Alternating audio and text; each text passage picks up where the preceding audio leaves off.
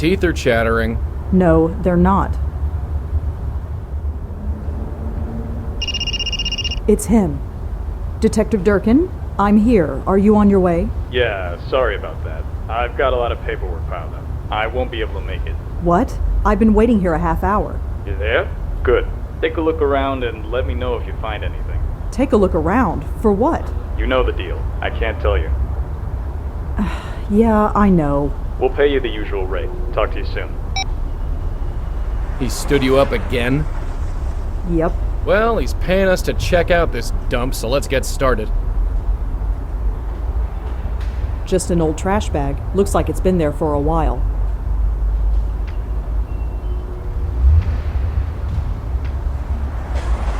All right, I'm going in. Try and stay warm. I'll do my best.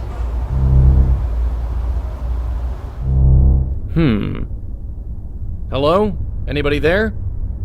Anything? Not yet. Let me look around a bit. I'll get back to you.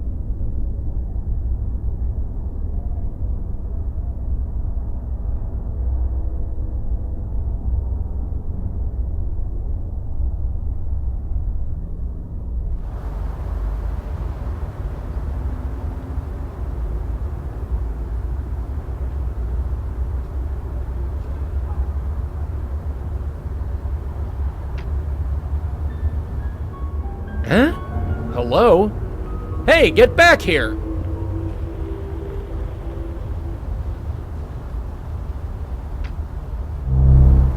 Well, we definitely got a spook. We do? A woman.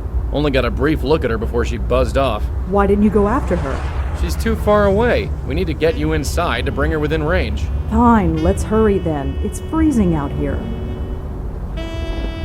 Locked, of course.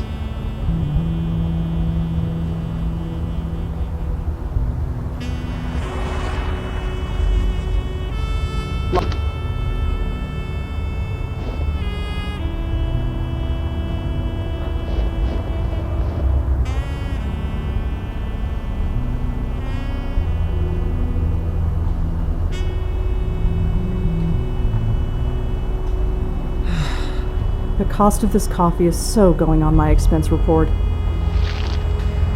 There, it's melted. I better do whatever I need to do before it freezes again.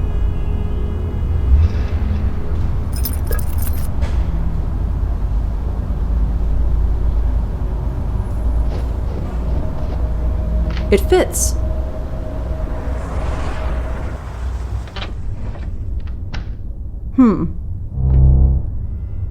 Nice place, huh? It has its charm, I guess. Yeah, it's got something all right. Come on, we have a spook to chat up.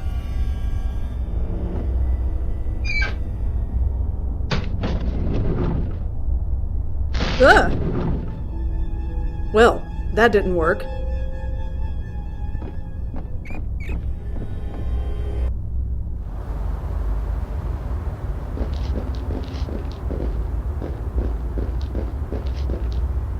Old cables, frayed wires, a fried circuit board. There's an old fuse at the bottom of the pile.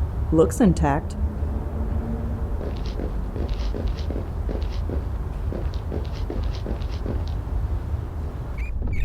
Well, everyone already thinks you're crazy. Homeless is just the next obvious step. Thanks.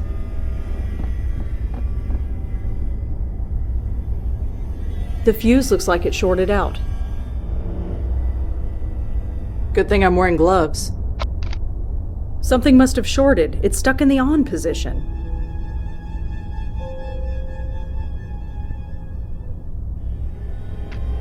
Look at that mattress. You think people slept on that? The people who slept here weren't exactly spoiled for choice.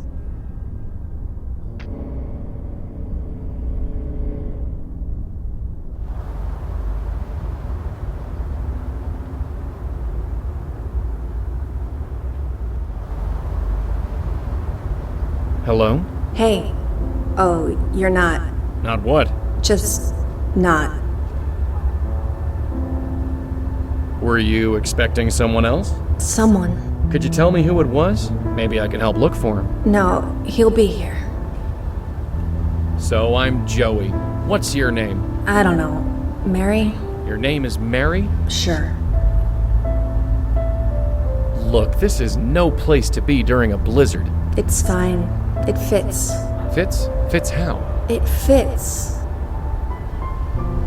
Mary, could you tell me the last thing you remember? How'd you end up here? I was here. And before that? The words, no, that's not Not what? how it works. How about we get you out of here? Get you cleaned up, maybe something to eat? No, I'm hidden now. Hidden? You're not hiding, you're right there. I'm hidden and I fit. It's how it should be. I have to get going. Take care of yourself, Mary.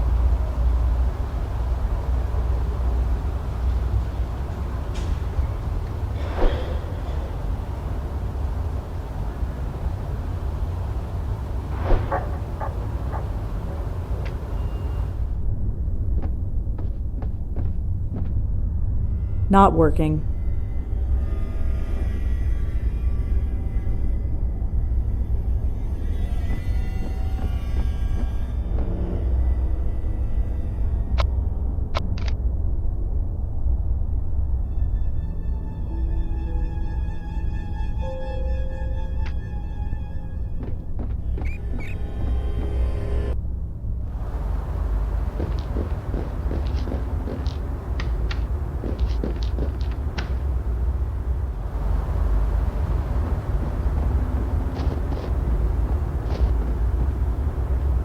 It's definitely some kind of memory card.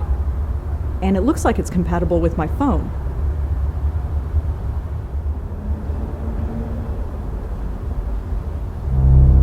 Hey, you find something? I think so. Take a look at this photo.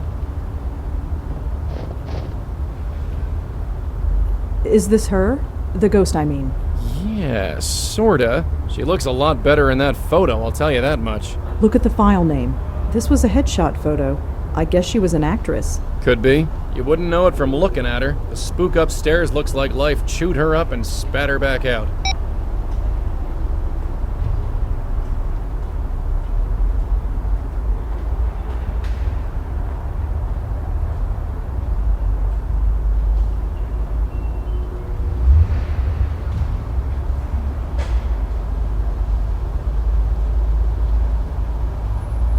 There must be hundreds of names on this list. I'll never find what I'm looking for just by reading it. I'll just save a copy to my notes app. Hopefully I can find something to cross-reference it with.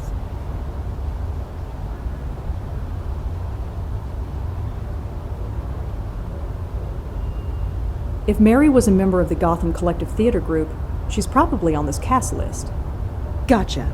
There's only one Mary who was a cast member. Mary Meehan, who was a cast member of a play called The Riverwall.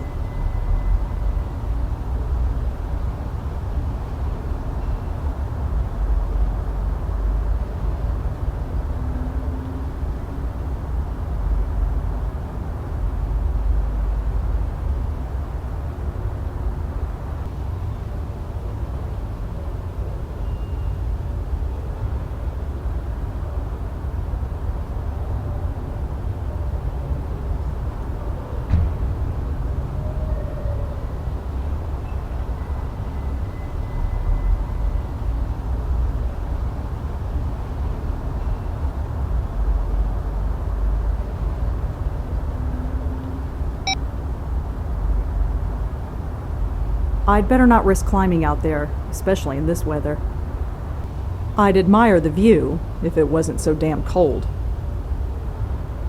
Can't say much for this building, but the view from here is something else. I'll take your word for it. I can barely look out there 5 seconds without the snow covering my glasses. Right, I forgot. You have to suck the romance out of everything. Just saying.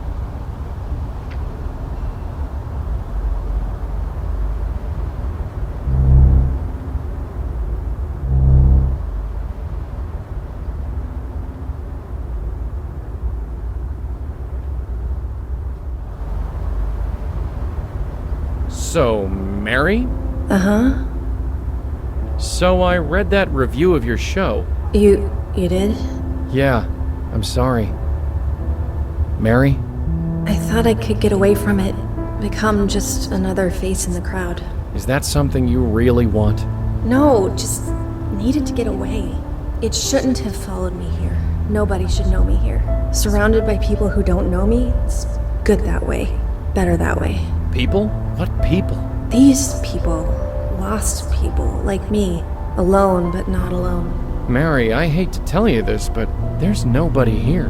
What are you talking about? Look around. Carefully. There's nobody here but us. I don't see what you mean. Yes, you do. Nobody's been here for months, at least. How could...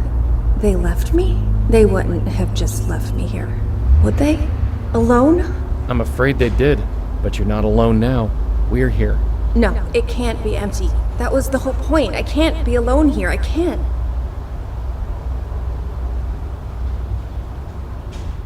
Where is everyone? Hey, do you know where everyone is? I'm afraid everyone's gone. Gone? Why would they be gone? And without telling me? Without me knowing? I would have remembered. I would have noticed. What did you notice, Mary? Huh? You weren't thinking too clearly before. You are now. Come on. Get away from me. I don't belong here. Not anymore.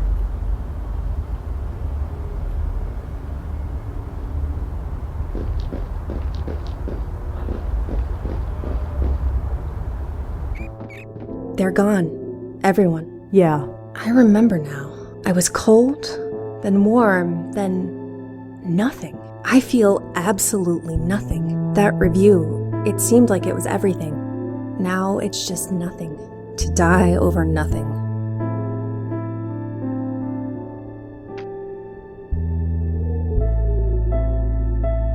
Don't worry, Mary. We're here to help you. Help me? How? I can't seem to leave this place. Mary, I'm gonna have to ask you to take this. What is it? Just trust us, Mary. We're here to help. Okay.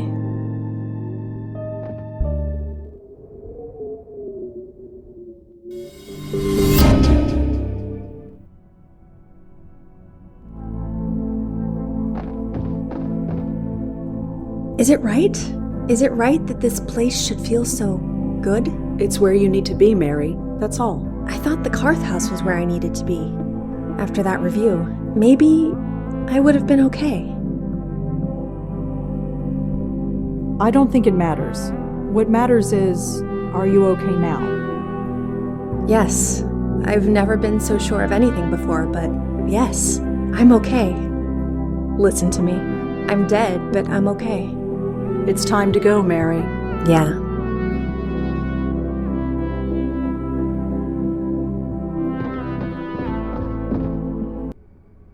You okay? I'm fine. Did I fall? No, you're still standing. Don't sound so surprised, Joey.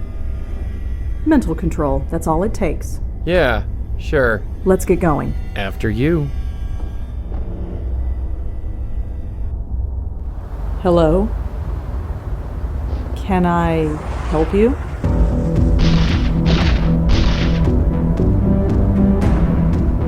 No, not yet.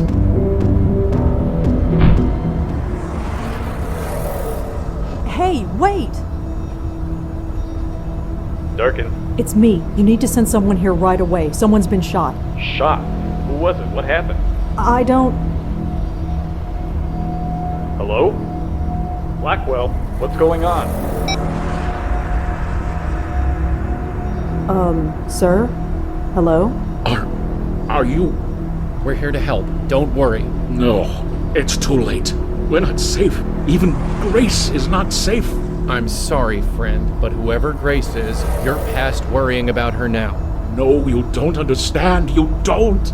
You'd be surprised what we understand. You? No, the bestower. I need the bestower. Bestower? You know about bestowers? About us? I know enough, but not enough to save me.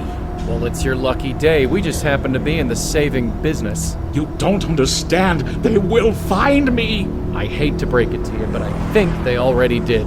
No. No.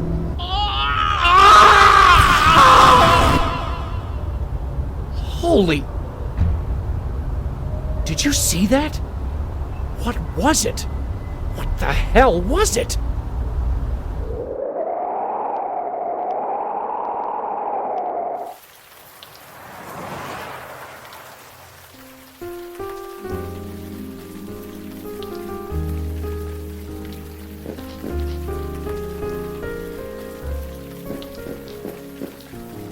So, I guess this is it.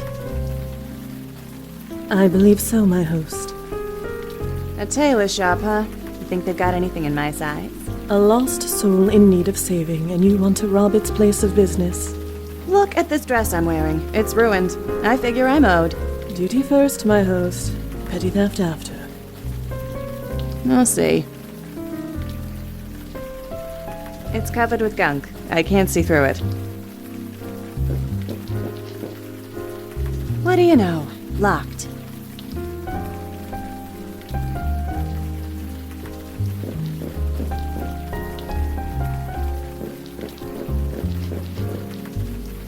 Won't budge.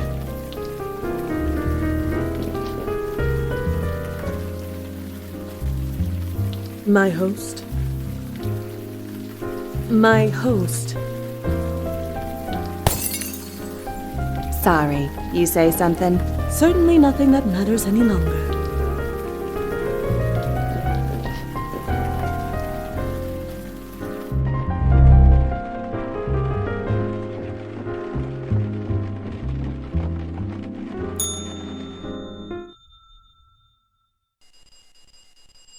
Danny? Danny, someone's out front! Danny, where the hell are you?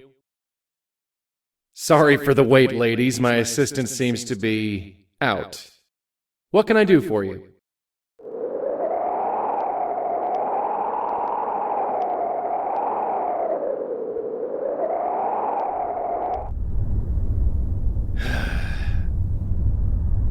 How long are you gonna stare at that thing? It's getting dark. Just one more. It has to be here. What are you doing anyway? A man was murdered last night in the middle of a major blizzard. Believe me, I remember. Right. So how come nobody else has? Eh? I've been checking on every local news website all day. There's not a single mention of it. I called the police myself. We know they know about it. They must have suppressed the news, but why? I'm sure the cops got their reasons, and they can keep them. I don't care who plugged the guy. I only care about what happened after. I know. So, the victim didn't have any identification on him. I was hoping a news report would give us his name, but it looks like we're on our own. Well, something familiar at least. Let's go talk to our pet cop. Maybe he knows something.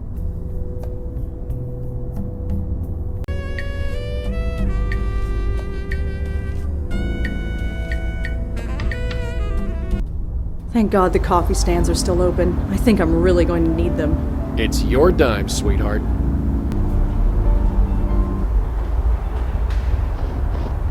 Oh, it's you. Had a feeling you'd swing by. Detective? Uh-huh. You found a Jane Doe at the Carth House, right? Yeah, what about it? Her name was Mary Meehan. She was an actress with the Gotham Collective Theater Company. You sure about that? Yes. I won't ask how you know that, but we'll check out that name and see if you're right. At the very least, we can locate the family and tell them what happened. Thanks. I guess we owe you another one. I caught the evening news today. There wasn't one mention of the murdered man in Chelsea. That program hasn't been the same since they replaced that blonde anchor woman. Nobody else talked about it either. Not online, not any other news program, nobody. You must have suppressed the news. Why? Because we're the cops, that's why. Look, before we take this any further, why are you so interested in this one? What makes this murder more important than any other? He was killed right in front of me. And what, suddenly this makes it personal? Well, kinda. It might have something to do with me. Uh-huh. And why is that? Why is this murder so important? You're the one who sent me there in the first place. That can't be a coincidence. So, you think we sent this guy to your location to, what, get killed in front of you? I don't know. That's why I'm asking you. You don't get to ask me anything. You need to tell me why this murder is so important. He was looking for me. He was? Why? I don't really know. Uh-huh. Did you know the guy? No, I didn't. So, how did you know he was looking for you? Wait, let me guess. You just do. Something like that. Something like that ain't good enough. What else you got?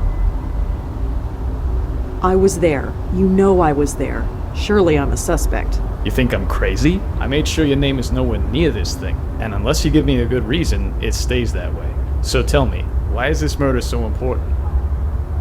You've trusted me before. Why can't you trust me again? Trust has nothing to do with it. Look, I don't know what your deal is. I've never asked, and frankly, I don't want to know. But I do know that you've helped me clear a few cases. And once in a while, in return, I answer some of your questions. That's fine. Quid pro quo. It's not in the rule book, but it's how we get things done. But this case, it goes way up. We can't bring in anyone from outside. Not without a good reason. So give me one. Why is this murder so important? I couldn't begin to explain it. It's more than just a murder, more horrible than just a killing. Uh-huh. Any details on what that could be? It needs to be stopped. That's all. Sorry. I know we got an arrangement, but my hands are tied. Fine, if that's the way it is. For what it's worth, it's nothing personal. You got other questions, I'm here. Just don't ask about this case. You get me? Yeah, I get you.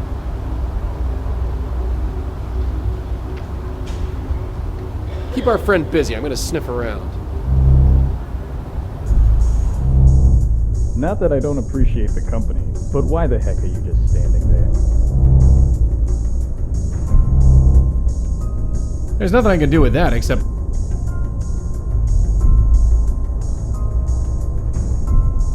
Aha! There's our guy. His name is George Austin, according to this note. Looks like he lived on the Upper West Side.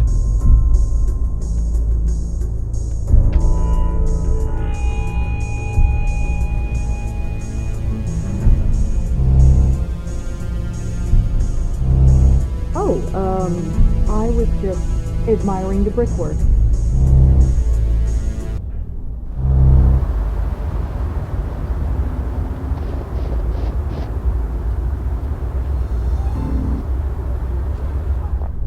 This is some lobby. Careful you don't break anything, we'll be in hock for life. Well, your life anyway, not mine.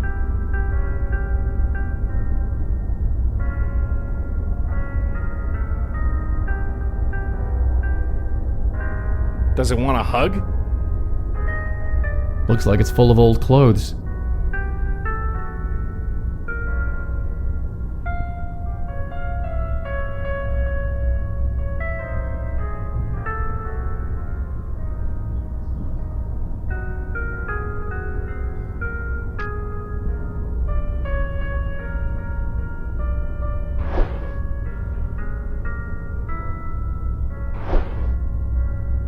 Whatever Joey did, the doorman doesn't seem to have noticed.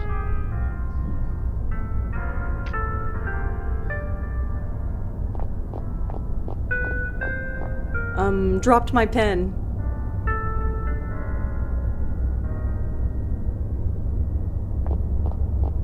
Hi. Yes, miss? I'm looking for George Austin. Is he in? No, he's not. Sorry. Is there any way I can look inside George's apartment? It's really important. Sorry. Unless you've been authorized, I can't let you in. I, heard that George Austin was having a clothing drive here. Oh, yes. George does it every year. He brings the box to Grace himself. Can you tell me anything else about the clothing drive? No. But if you have any old clothes, feel free to give them to me. I'll put them in the box. Better not. If you did that, you wouldn't have any clothes left. Do you know where George Austin is? I really couldn't say. Sorry. You said that George takes the clothes to Grace. Yes, he does. He has an attachment to the place, even though we've got a fine church in this area. Church? So by Grace you meant Grace Church? Yeah, the one downtown. What did you think I meant? Nothing. Never mind. Thanks. Sure.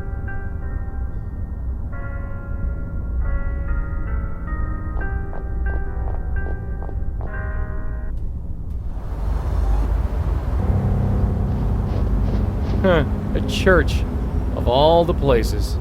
Really? Ghosts don't like churches? Being a ghost has nothing to do with it. It says Grace Church. Of course, we knew that already. It says Grace Church in New York, Episcopal, Reverend Gabriel Ullman, Rector.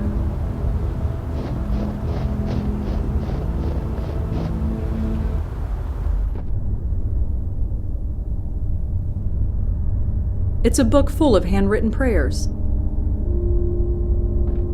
With this sample of George's handwriting, I might be able to find something written by him. This book is full of prayers written by the church's congregation. They're all anonymous and they're all written by hand. Gotcha.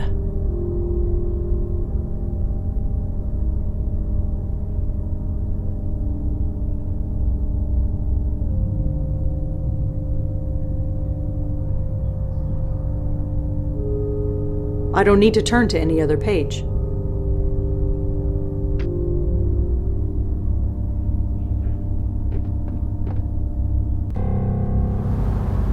It's a schedule of services. Nothing is going on at the moment.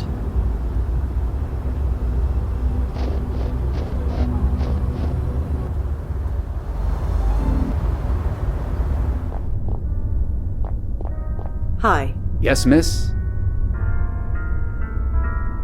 Did George know anyone named Leah? Leah? You mean the police officer? Police officer? Yeah. Haven't seen her around for a while, though. Did they break up or something? I have no idea. Too bad if so. I liked her. She was good for George.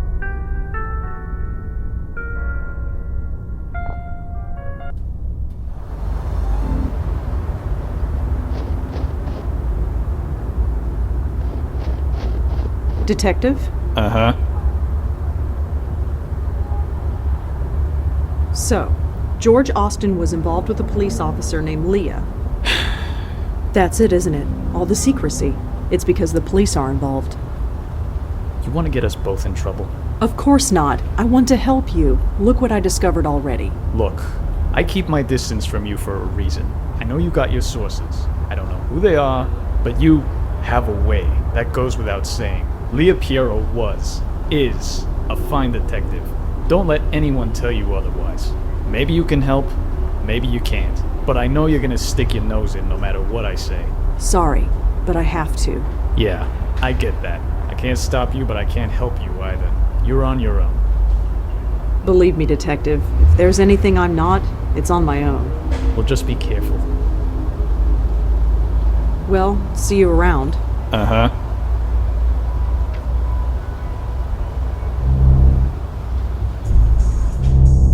The brickwork.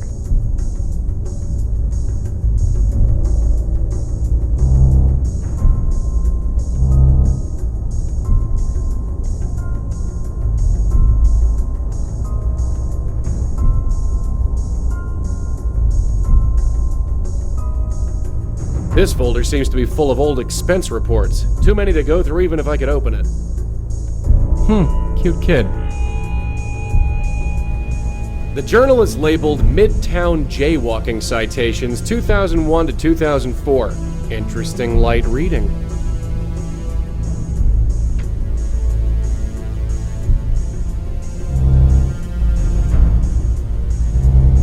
Sure. When was this building built? 1950?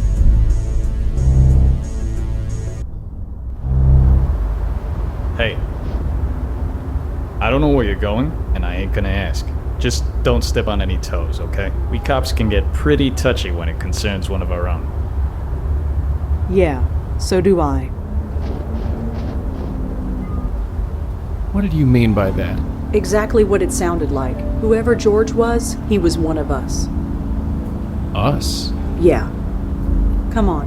It's a long way to Astoria. So, this is what a cop's salary gets you, huh? A 2-story in Astoria. It's not bad. Nicer than some of the foster homes I grew up in. Anyway, shall we?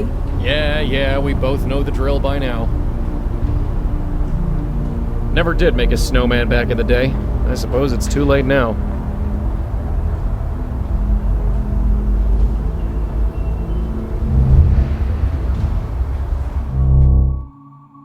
Hello?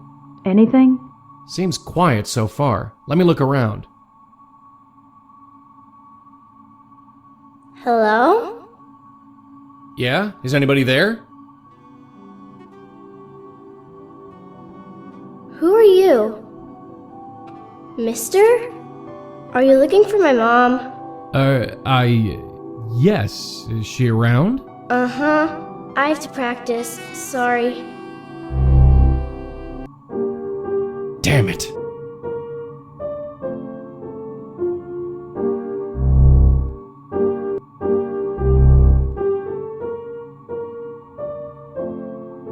Excuse me. Oh, hi.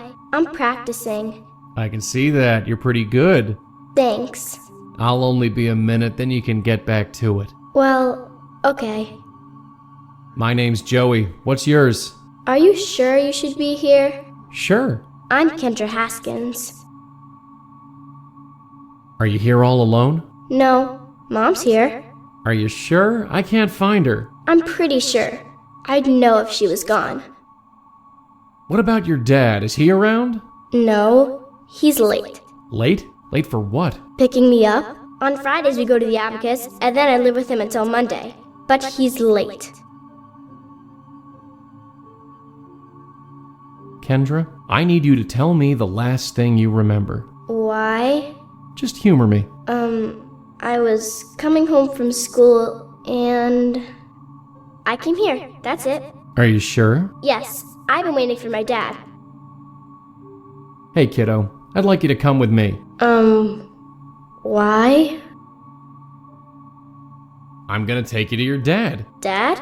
Yeah, he couldn't make it, so I was asked to take you. What should I have for breakfast? Eh? Breakfast? What should I have for breakfast? I have no idea. I have to practice.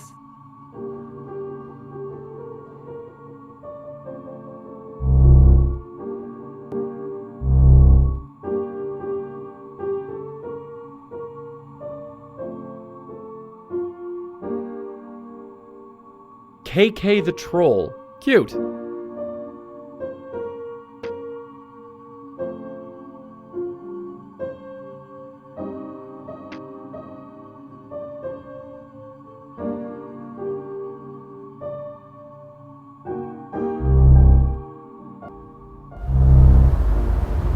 Joey, you all right?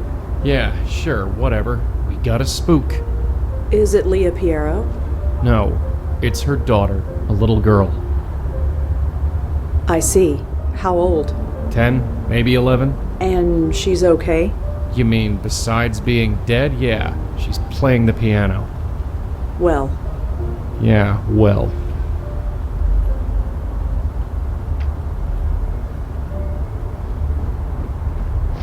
the mailbox is a bit iced over, but shouldn't be too hard to open. There's a letter in here. It was wet and stuck to the side of the mailbox, but I got it. This letter is soaking wet. It's practically falling apart in my hands.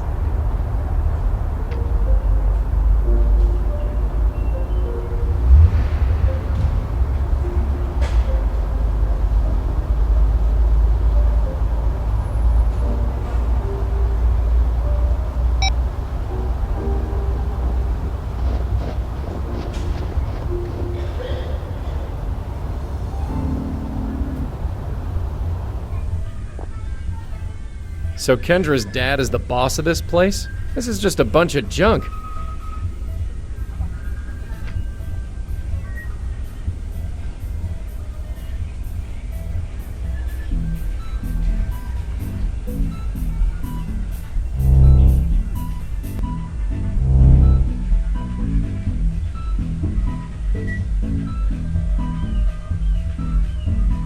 It says call Joe. I have no idea who that could be. Looks like an internal memo, some kind of technical stuff. It's all Greek to me. Huh, whatever I did, it worked.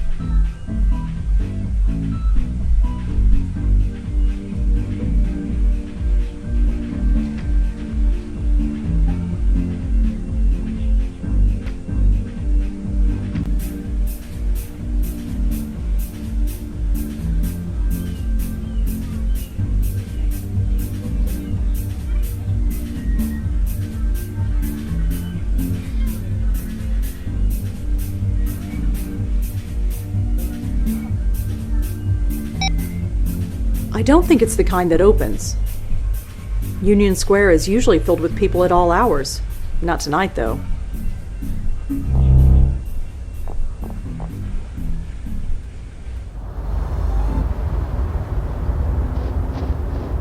It says Exeter House. It's frosted on the inside. I can't see through. Here he is, Emil Haskins. Hello? Hi, is this Emil? Yes, that's me. Who is this? My name is Rosangela Blackwell. Could I come in? I'd like to ask you some questions. You mean there's been progress? I'm not sure. I'm just trying to learn what happened. You're not with the police. No, they won't talk to me. I'm hoping you will. They won't talk to me either. Come on up. Rosangela Blackwell, was it? Yes, that's me. Come on in. I should have guessed you weren't with the police. I've spoken to enough cops lately to know the difference. So, you said you're trying to learn what happened? What exactly do you know?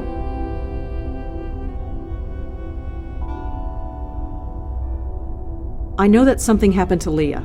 Is that all you know? Yeah, I'm afraid so. She's been missing for weeks, that's what happened. Big shot police detective. Poof, gone. Then, our daughter. So yeah, something happened. And nobody seems to be able to find out what. I know that Kendra is dead. I'm sorry. What? No, we don't know that. Nobody knows that, not yet. Someone took her and she's missing, not dead. Of course, I'm sorry. The police might have given up on her, but I haven't. She's out there, somewhere. I know it. George Austin was killed last night. What? George is dead? You didn't know? No, of course not. You think the police tell the ex-husband anything? Ex-wife and daughter go missing. I'm suspect number one. How'd it happen? He was shot. Shot? Jesus. I can't say I liked the guy. Leah dumped me for him after all, but Jesus. I always figured he was into something shady, but I thought it was more white collar. Insider trading or whatever. But someone shooting him?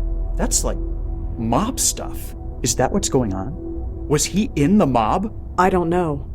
Jesus, Leah, some police detective you are hooking up with a mobster. I don't know if that's what happened. I hope not. If it did, I'll never forgive her. You work at the Wired Abacus? Yeah, real glamorous, right? I wouldn't know. It's a job, is all I can say. I'm able to afford the rent on this shoebox apartment, at least.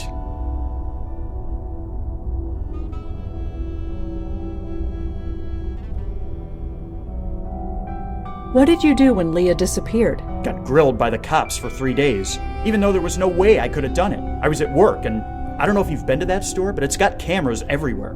But I just stood by and took the abuse, just on the off chance I would say something that could help them. Obviously, I didn't.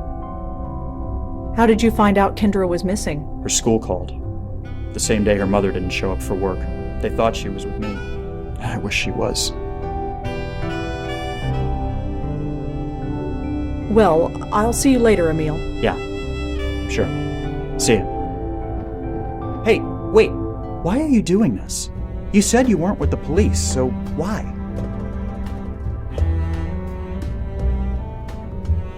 I have my reasons. I just can't tell you what they are. Yeah, I get that impression. But whatever your reasons, you can help Kendra, right?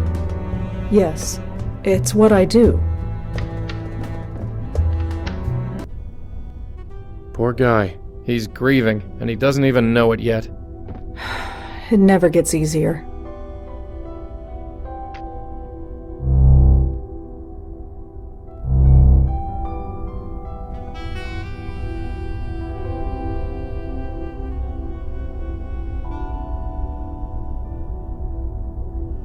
It's Emil.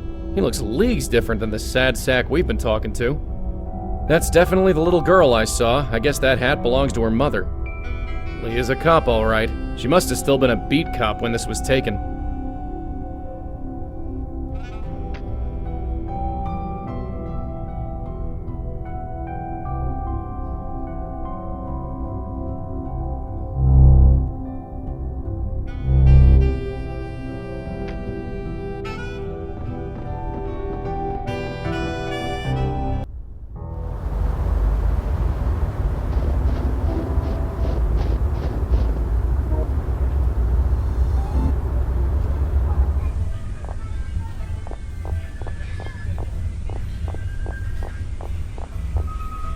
Locked, of course.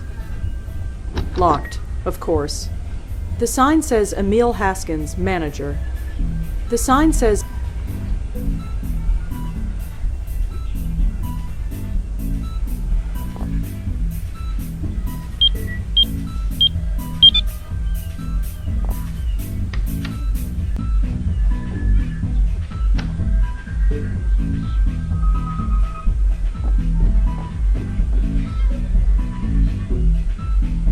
According to the label, this should get me into Leah Piero's house.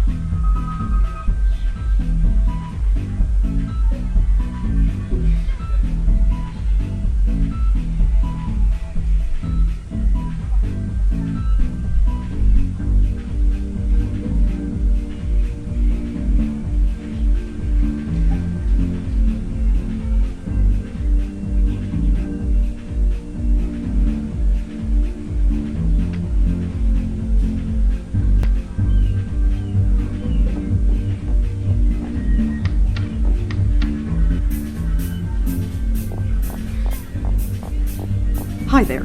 Hi, can I help you? Do you have any copies of the Parental Eye software? Parental Eye? Yeah, we got plenty of those left. They didn't sell very well. I guess people don't like to spy on their children, but me, I don't judge. Anyway, we got a bunch behind the counter. That'll be $14.99. Do you take debit cards? Sure. Here you go. Thanks. Thanks. Sure.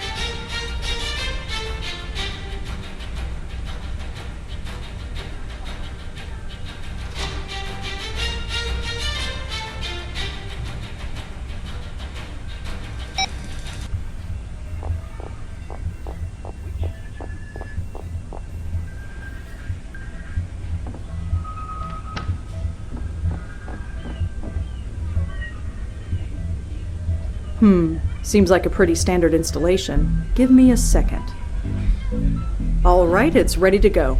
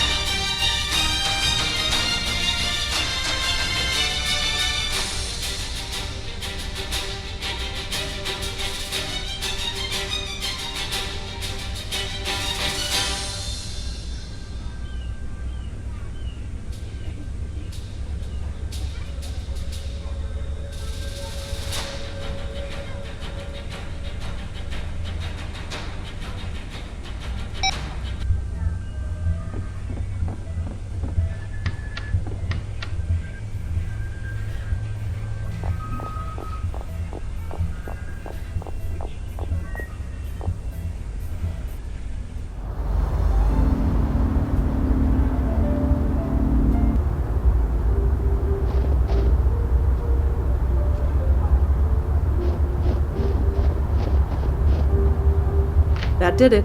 It's about time. I'm freezing out here.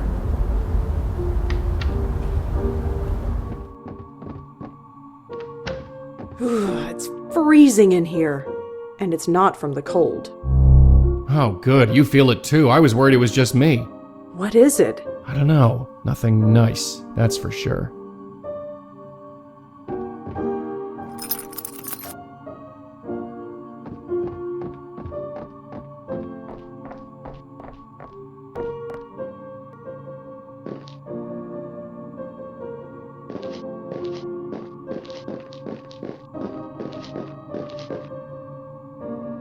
A plastic Christmas tree.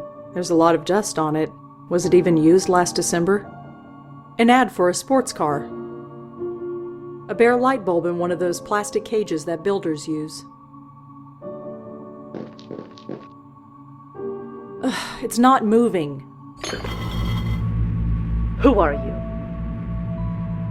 Hello? Leah? Is that you? That's Officer Piero, and you don't get to ask questions. You can't see it, but there's a Bushnell 22mm rifle aimed right at your head. Step into the middle of the room now. Good. Now turn around. Face the shelf. Now I repeat, who are you? I'm Rosangela Blackwell. I'm the bestower. The bestower? You're the bestower? You? As far as I know. Thank God.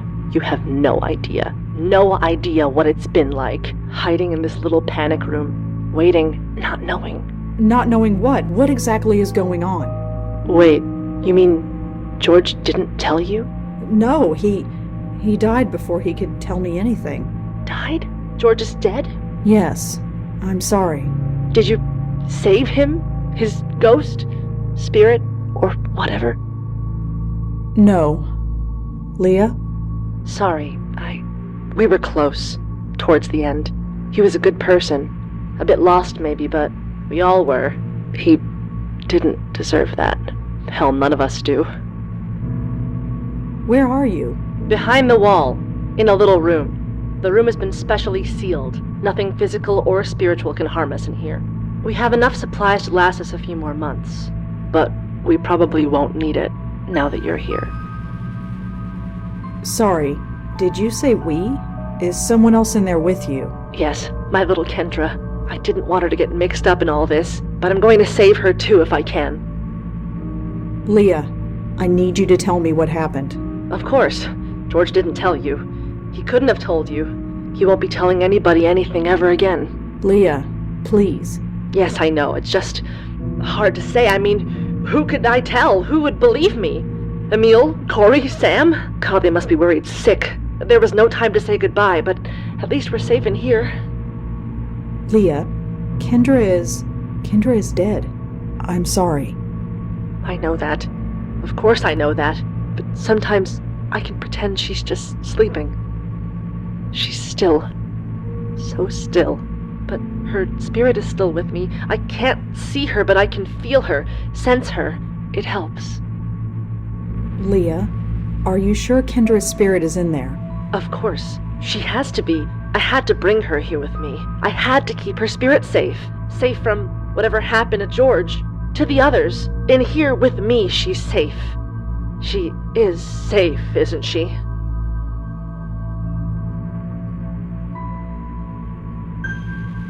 Of course. She's in there with you. She's safe. No. Something is wrong. Even behind a wall of reinforced steel, I can hear it in your voice. Leah. The name is Officer Piero, and I ask you once again, is she safe? I can't say if she's safe or not, but she's not in there with you. What? How? How can you know that? Well, you know who I am. What I can do. I saw her. Kendra. Her ghost, I mean. She's not in there with you. I'm sorry. You saw her. That means they wouldn't have done that. They wouldn't dare, would they? Hold my daughter's soul for ransom? That's sick. Her soul is fine. For the moment. She's upstairs in her room. Oh, thank God. Listen to me. My daughter is dead, and I'm thanking God. I can't do this much longer. You must think I'm horrible. You'll help her, won't you? That's what you do, right? Yes, that's what I do. I really need you to tell me what happened. I can't help you if you don't tell me. Help Kendra first. I'm sorry, but she has top priority. I feel bad for George and the others, but this is Kendra. Damn everyone else. Help her, then I'll tell you everything you need to know. We can try to bring Kendra's ghost down here. You can talk to her if you want. That might help her. God, no. You have to get her spirit away from this house, away from me, as soon as possible. I can't put her at risk. She might be dead, but I can't risk that. Anything but that. What does Kendra like for breakfast? Breakfast? What does that have to do with anything? I don't know. She keeps asking about breakfast. Oh, the password. Password? If I was busy on a case, I'd ask a colleague to escort Kendra home. She didn't know everyone I worked with, so I taught her to ask them, what did I have for breakfast? And if they replied, prunes and a Danish, she would know they could be trusted. It was supposed to keep her safe. I'm going to leave now, Leah. I'll be back I'll be back. Just one question before you go. How is she? Does she know that she's, No, but she will. That's part of how it works. They come to terms with it, and then they leave. I see. I'm sorry. I'm sorry you have to do this. This whole thing just spiraled out of control. Yeah, it always does.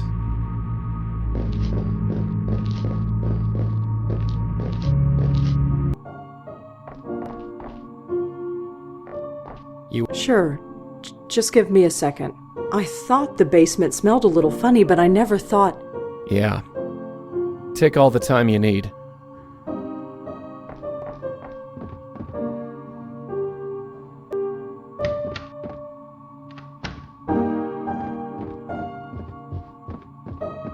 Hi. Kendra? Uh-huh.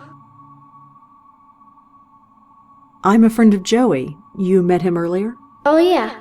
Is he around? He always is. Okay. Tell him hi. I have to practice now. Hi. Kendra? Uh-huh. I'm sorry about your parents, Kendra. I grew up without any family at all. I kind of know what it's like. Yeah, I really should practice now. Hi. Kendra? Uh-huh. Could I ask you a few questions, Kendra? I have to practice. Sorry. Hi. Kendra? Uh-huh. If you're willing to talk to Joey, you can talk to me as well. We're friends. I really need to practice. Sorry. Hi. Kendra? Uh-huh. So, I hear you're into Trollgate? You play? I sure do. Cool. What faction are you with? The... Uh-huh. I have to practice now.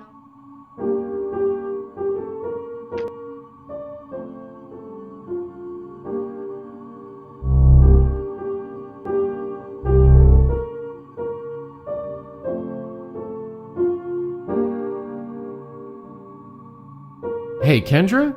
Sorry to bother you again, but I have something I want to ask you. Well, okay. Listen, I really think you need to come with me. Why?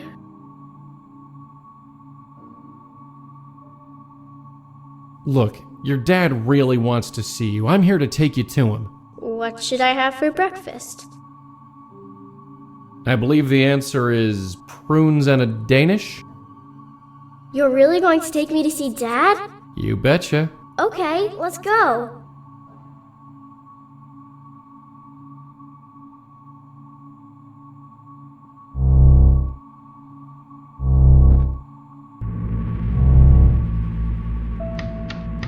The house is so quiet. Mom must be asleep.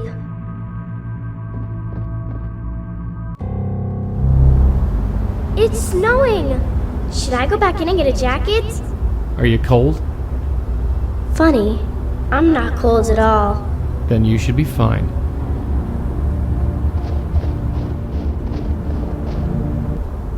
Hey, Joey? Yeah? How come she leaves footprints, but you and me don't? Oh, well, that's easy. Just between you and me, she's much heavier than she looks. I can hear you, you know.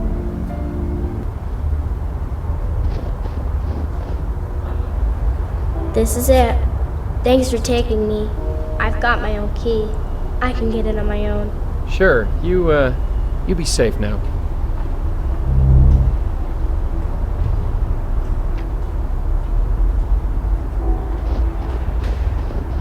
It fits.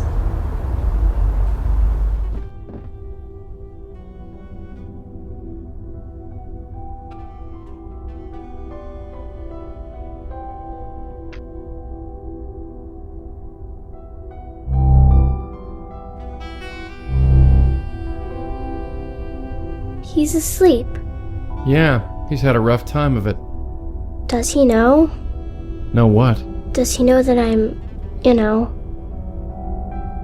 No, he doesn't. Not yet. Good. Do you remember what happened? How it happened? Not really. I remember being with my mom. It was dark and cold, but she was telling me everything would be alright. That I would be safe. I'm sorry. I'm so sorry. Why? It's not your fault. Doesn't matter. This kind of thing shouldn't happen. Lots of things happen that shouldn't. It's just stuff. Yeah, stuff. So, what now? Just come with me.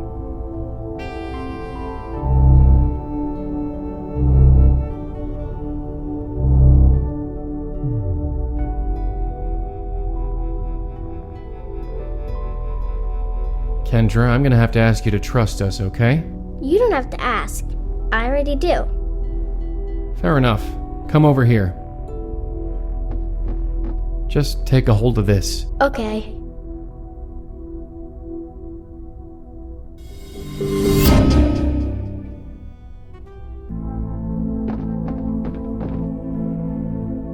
The music, it's amazing. Music? It's everywhere. Can't you hear it? It's like every instrument ever made is a part of it. Do you think they need a piano player? I don't see why they wouldn't. I'm gonna need to practice. But somehow, I think I'll have plenty of time. I guess you can't come with me? I'm sorry. This is a trip you have to take alone. Tell them I'll miss them. Okay? Of course.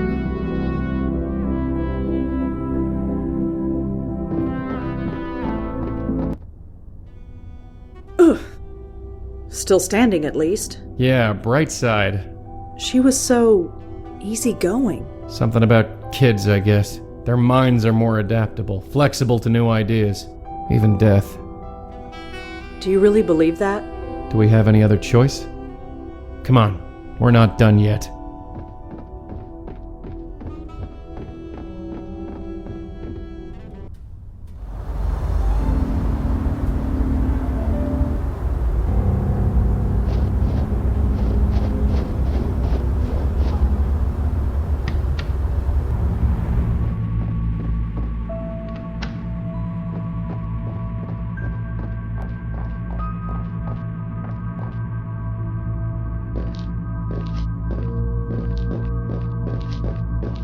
Leah, are you there?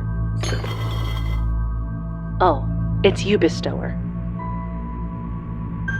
Kendra is safe, Leah. You mean she's... She's moved on. She said goodbye to her father, and she said she'll miss you. How could something that was so right go so horribly wrong? I went to a few meetings, and then I knew I had to join the police academy. It was like a lightning bolt. What kind of meeting? We were all so lost, so hungry for direction and not knowing where to go. All of us searching for that elusive something, that revelation that would fix our lives. The meetings at Grace somehow gave them to us. Gave them to you? Yes. No matter how confused we were, we all found our way. But all this was the price. Leah, I need you to focus and tell me what happened. I loved being a cop. I loved being a mother. I did good, didn't I? I thought I did. And you do good. That's what I heard. You always help, right? I help the dead. That's what I'm counting on. What? No! Jesus! Did it work? Why, Leah? Why do this? I'm sorry, but it's the only way. My only escape is through you. I know what you did for Kendra. Now do the same for me, please. Please, before they come for me.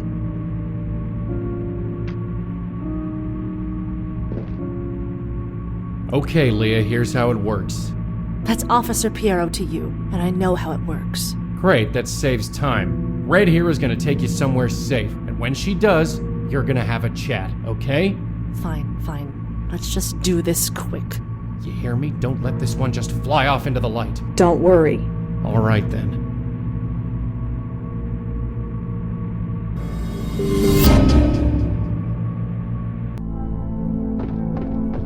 It's so quiet here. That little room was quiet, but not like this.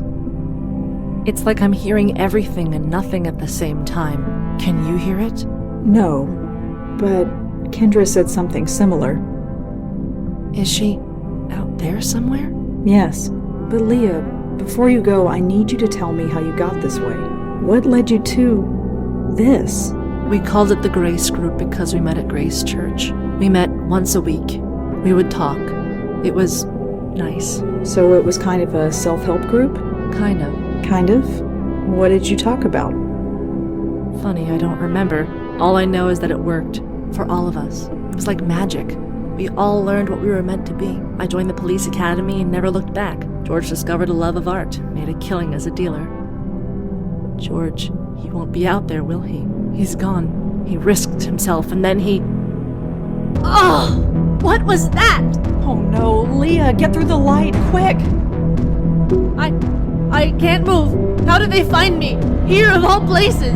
I don't know, just try and hold on. You were supposed to help us. I'm trying, please, I just need time. No! Not again. Not again. Hey, you okay? No, I'm not okay. We were too late. Too late? She was taken, just like George was. All she went through, she did it for nothing. I refuse to believe that. I just can't. Did she say anything at all that could help us? There wasn't time. And there was something else. Something else? How did you get in here? What the... Leah? Look, I can explain. Turn around. Hands behind your head. No, wait, listen, I don't have time for this. I said turn around. Hands behind your head. On the floor. Please, just... Now!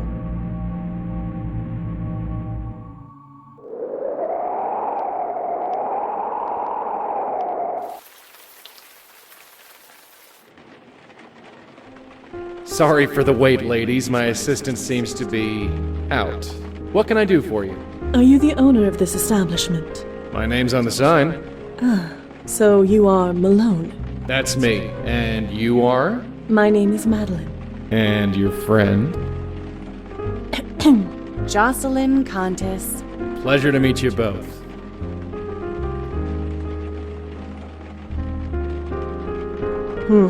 So garish.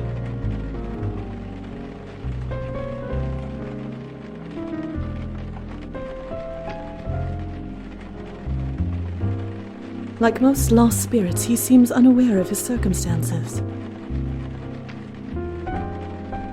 Jeez, what happened here? Hey. Miss Contis, what can I help you with? So, who shot up this place? Eh? Come on, this place looks like the set of a gangster flick. I don't know what you mean. So, did you see who smashed up your window? What are you talking about? The window looks fine to me. Right, of course it does. Totally agree with you. Are you seriously telling me that this place looks normal? Listen, everything here is top of the line. We're even looking into that dry cleaning stuff. What cleaning? Dry cleaning. Look, never mind. Can I help you with anything or what? Well, see you around. Sure. Malone, Hi there, what can I do you for? you mentioned an assistant. Where is he? Danny? I have no idea where he is. So we're a bit short-staffed, but nothing I can't handle. We'll handle that costume of yours with extra care. Costume? That gown of yours looks very authentic. I don't even think you can get that fabric these days. Have I become antiquated so soon? No offense meant, I quite like it. The tiara's a nice touch. Brings out your eyes. Well, I always thought so. But you are mistaken. We are not leaving my costume here with you. We have other business. What happened here? What do you mean? This shop. It is, shall we say... It looks shot up. Shut up. Look, I know the cleaning lady hasn't been in this week, but it ain't that bad. Now, can I help you or what? You should take a closer look at the walls and windows. They are definitely not what they should be. You sure talk funny, lady. There isn't anything wrong with the windows that I can see. Malone, I regret that it falls to me to tell you that you are dead. What? Get out of town. Now, can I help you or what? Madeline, does that ever work? No, it does not. Malone, I must insist. You are in fact dead. Look, you feeling all right? I am perfectly well. Nah, you're under pressure, I can tell. I got a bottle of whiskey in the back, if you need a belt. I do not need a belt, thank you. I will return presently. Take your time, I'm not going anywhere. Yes, well, we will see.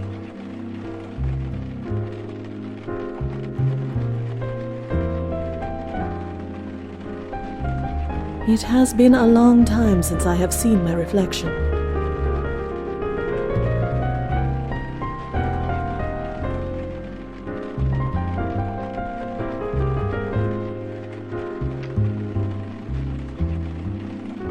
I suppose, in lieu of a key, this had to suffice. A door leading to a back area. The spirit is blocking the way past. Some clothing items.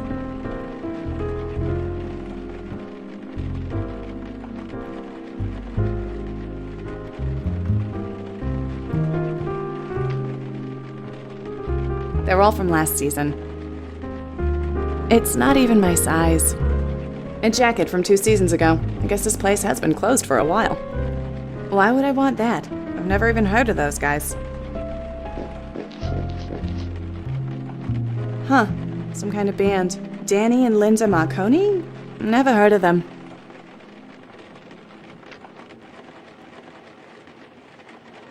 Nice looking fella. Shame about him being dead and all. Hey. Miss Contis, what can I help? You into music? I saw that poster on the wall. Oh, that's Danny's thing. Danny. The guy who runs this place with me, him and his girl, Linda. They're in a band. If you can call it that. They play weekends, sometimes. He wants to make it big, but, But what? But nothing. Danny just needs to focus on earning an honest living, that's all. Do Danny and Linda have regular gigs? I don't know. Why? I might want to hear him play. Save your eardrums, lady. That's my advice. Well, see you around. Sure. Like most lost spirit. Malone. Hi there. What can I do? I could not help but overhear your conversation with my colleague. This Danny Marconi. He is important to you, is he not? What makes you think that? Your energy. Your aura, if you will. It changes when you speak of him. So tell us, what is Danny to you? I have no idea what you're talking about. Malone, you know precisely what I am talking about, and you will tell us.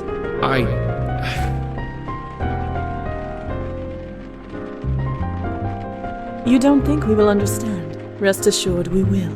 The only thing I understand is that I want you both gone. I could leave, as you request. But I don't believe you want me to. Not really. Well, do you? Who the hell are you people? We are here to help. Nothing more. You are so close now. So close.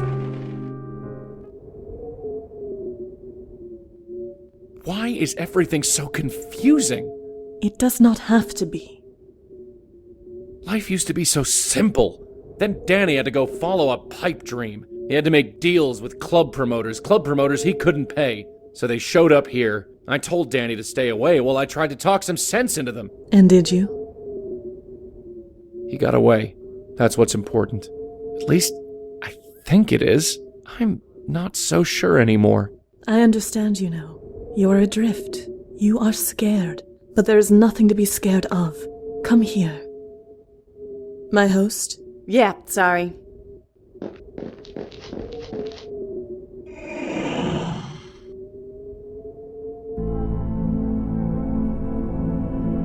I don't know why I did it.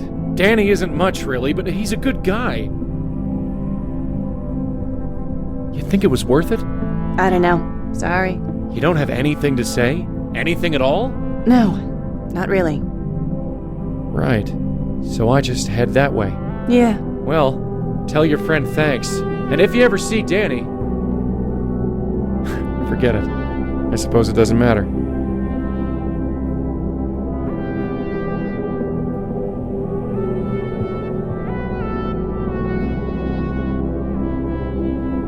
My host. My host, are you all right? I knew you'd follow me in here. You can never give me a minute's peace. You should not stay here too long. Or what? I'll die. I get it now. We all thought my uncle was nuts, but he was just numb. He just stopped caring. About anything. Who could blame him? Trust me, my host, it is best to push those feelings aside. Why? It is what must be done. That is all. What does it matter? Listen to me. In time, you will feel differently. Differently? Yes. This will all feel normal. Normal? I don't want this to be normal. Many of your predecessors felt the same. In time, things changed. I'm going dancing, Madeline. Don't wait up.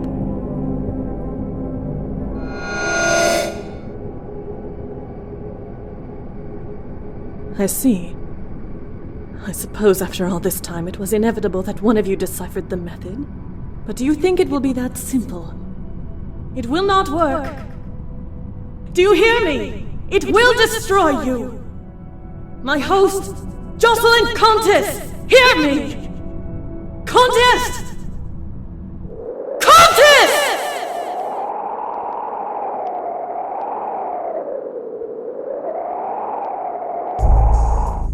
2:23 a.m., Detective Corey Palmer conducting interview with Rosangela Blackwell. Detective Sam Durkin also present. So, Miss Blackwell, tell us again why you were in that house. Say nothing. Tell them nothing. Keep your teeth together. We'll get out of this.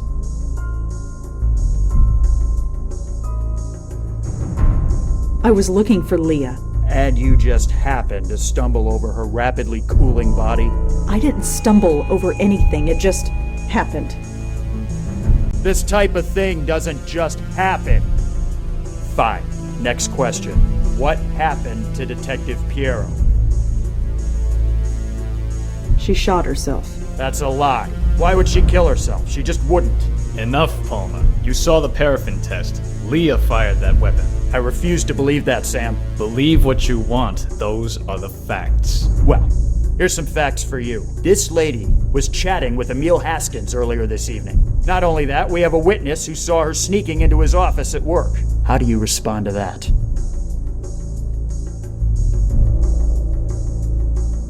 I wasn't sneaking. I had the key code. Uh-huh.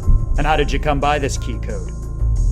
Thought so. We spoke to the clerk on duty. We spoke to Emil Haskins, a man who is now a widower, I might add. Nobody gave you permission. But then, breaking and entering isn't really a new thing for you, is it? I've pulled your file. Do you even know how many restraining orders you have against you?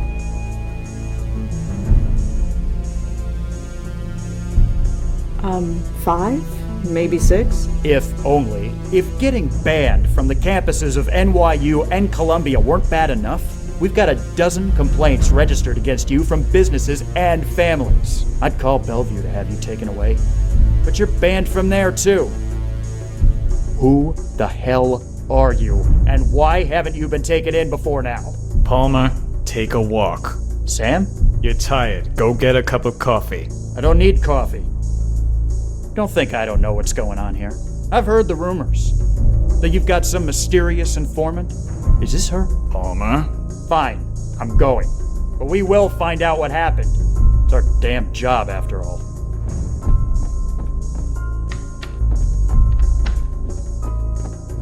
So, you happy now? Of course not. I only wanted to... What? Help? You think you helped anyone here? There's something much bigger going on. So you said. But we cops, we like things simple. Not you, though. You make things complicated just by walking into a room. What are you trying to say? Officially, we're pursuing every lead. Unofficially, there was no trace of the bullet that killed the little girl. With Leah dead, we'll most likely never solve it. The trail is too cold. So, what do you need? Excuse me? You want it in so bad? You're in. You won't be on the books. We can't even pay you. This case is too high profile. So, what do you need?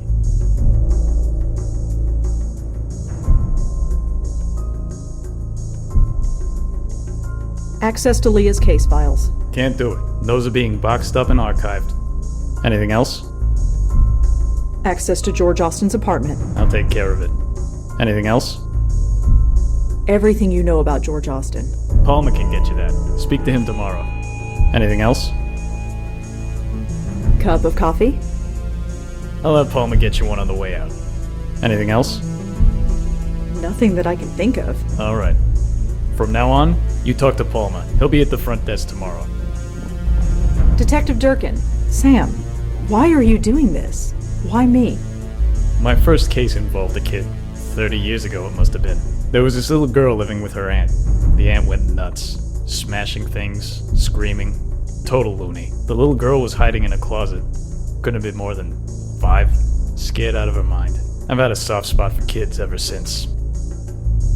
I see. Go home, Blackwell. Get some sleep. You look like you spent the night in jail.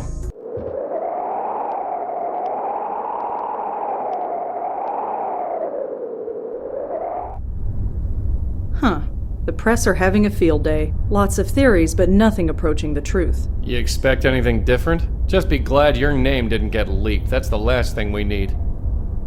No trace of the Grace Group either. Then we best get out there and do what we do. My parents' wedding. It's the only picture I have of them. They look so... young. Auntie Lauren and me. This was just before all the troubles began. Grandmother Patricia, my dad, and Auntie Lauren. I never met my grandmother. I don't think she was ever prepared for, well, this. This article is about the Meltzer Foundation. I suppose they did some good in the end, but the death toll was too high.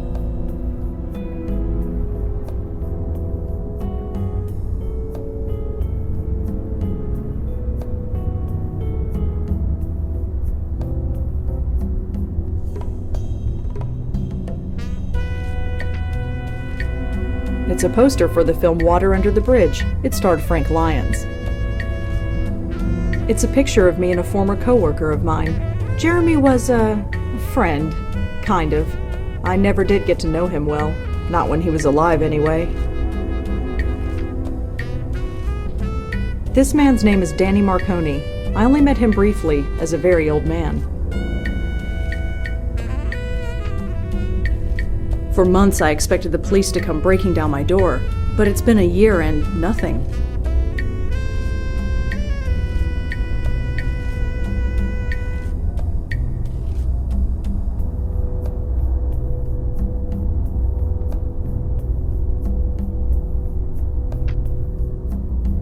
We saw this in a flea market and Joey bugged me until I bought it. He still won't tell me why. These were Auntie Lauren's favorite brand. I don't remember much from back then, but the smell reminds me of her. That dog leash used to belong to my neighbor Nishanti. She gave it to me as a souvenir of how we met. I've had it for years and it's only slightly coffee stained. Books on boat maintenance and navigation. I'm not making that mistake again. Books on notable New Yorkers, all deceased. Never hurts to be prepared. The last article I ever wrote, and the first ghost I ever saved.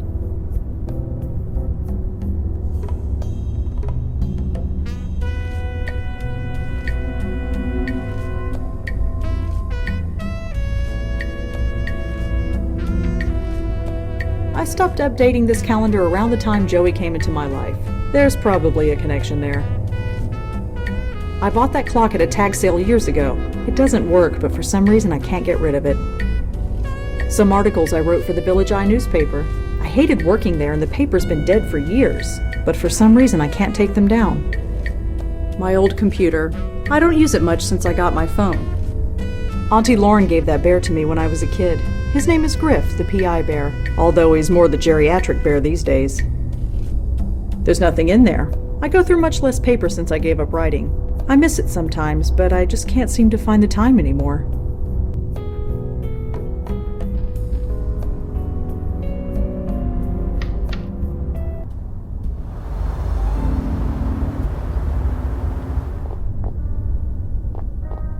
Hi. Yes, miss? My name is Rosangela Blackwell. I was told you'd be expecting me? Is this about George? That's right. I still can't believe it. But here's the key. 12th floor, penthouse A. Thanks.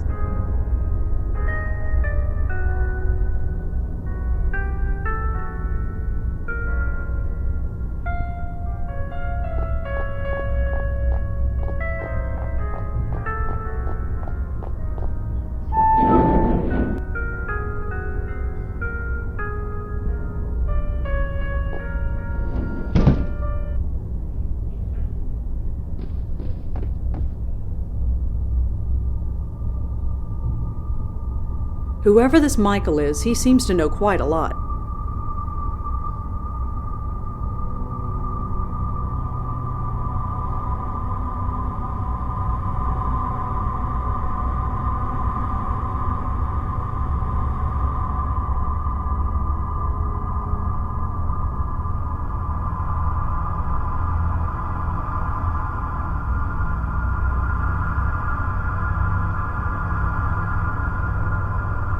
So this Michael has a source who knows about bestowers, about me. This is starting to get personal.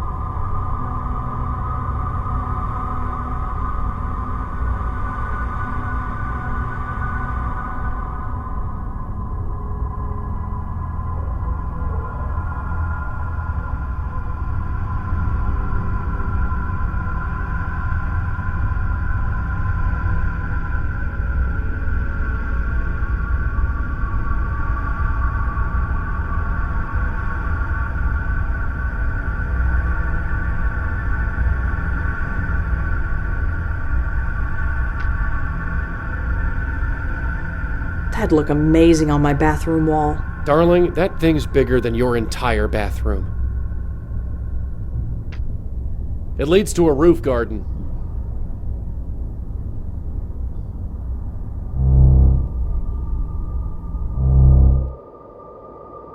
A table and chair.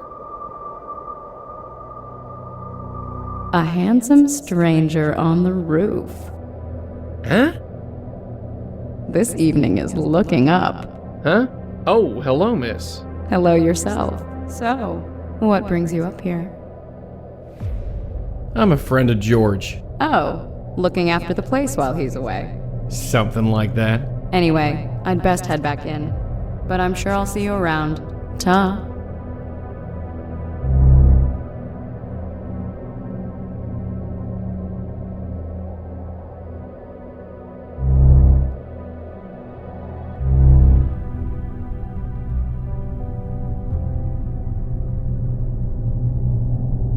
Whatever this note says, it's too dark to read it.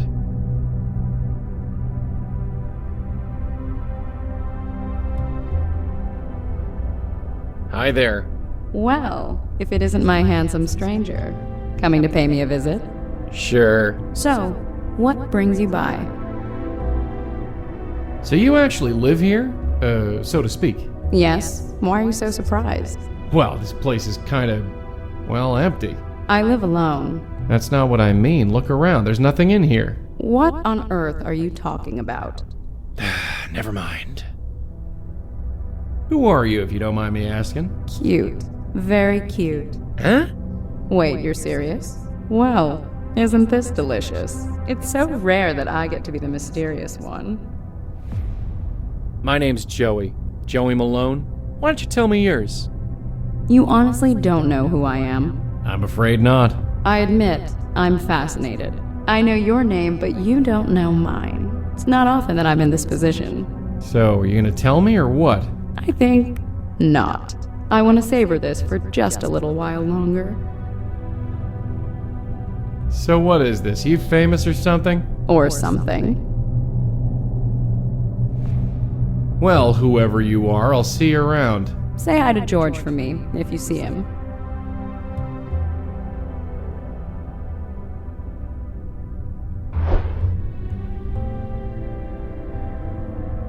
It says, I know about Heather, and it's signed by someone named Jay. Hi there. Hello again, mister. What brings you by?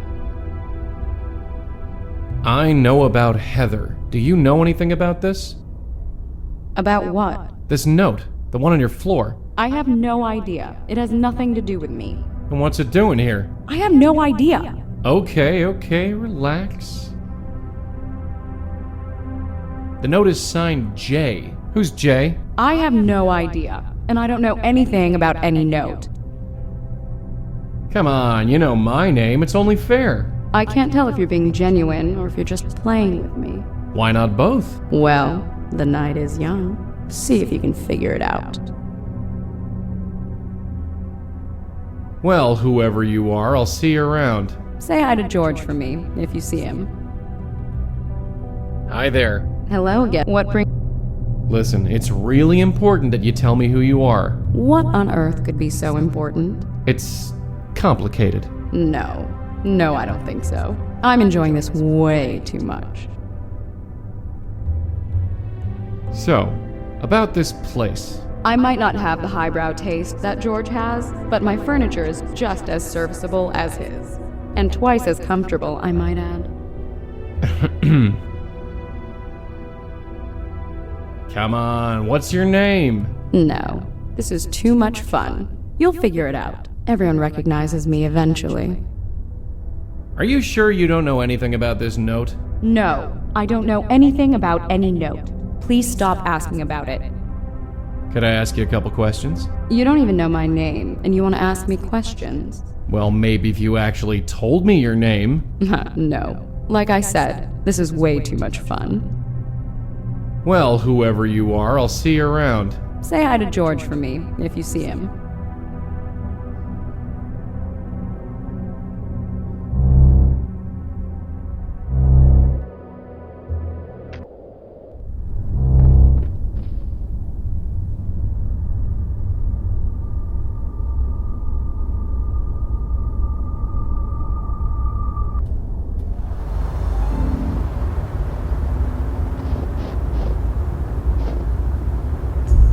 Oh, it's you. Sam told me you'd be swinging by. Hi, Corey, was it? No, it's Officer Palmer. I'm sorry about Leah. Don't even go there. I don't care what you saw, or what the evidence says. Leah wouldn't kill herself. And if she did, then she wasn't Leah anymore. So Durkin told me to speak to you? Yes, I heard. Congratulations, I guess. I don't know why you're so special, but orders are orders. If you need any information from us, I'll see about getting it to you. But you talk to me, and only me. Understand? Perfectly. Is Detective Durkin around? I haven't seen him since yesterday. I'm sure he's wandering around somewhere. So what's the latest on George Austin? He was killed with a .22 caliber bullet. That's all we know so far. We're still talking to Leah's ex-husband, but he's got a pretty solid alibi. How did Kendra die? Was that ever established? I read the autopsy report. It was definitely a bullet wound. It went right through her shoulder. Clean hole all the way through. The coroner said that she bled to death, but could have survived if she was brought to a hospital right away. I don't understand this. not at all. Did you know Emil Haskins at all? I don't know much. Just what Leah used to tell me. I got the impression he was a deadbeat. Always out of a job, always late with child support payments, things like that. Guess he doesn't have to worry about that stuff anymore. So what's the story with you and Leah? I get the impression you knew her pretty well. Yeah, I guess you could say that. I partnered with her back when I first joined the force. She taught me a lot. Everything, really. I owe her. She was a rock. She was a rising star. Why would she flip out like she did? I'm working on it, Corey. I really am. That's Officer Palmer, and I'm not holding my breath.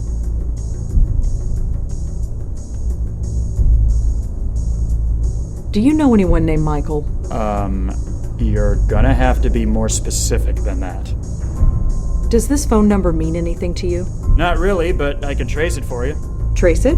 Run the number, see who it belongs to. Within reason, anyway. Where'd you find it? I found it on George Austin's phone. Oh, we ran that number already. You did? Yeah. It belonged to Grace Church. Probably calling for donations or something. Yeah, or something. Thanks anyway. Well, I'd better go. Thanks for the help. Sure.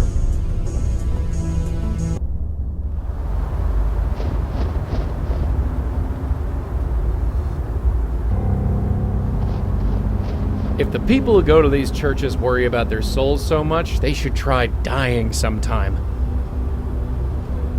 It leads into the church.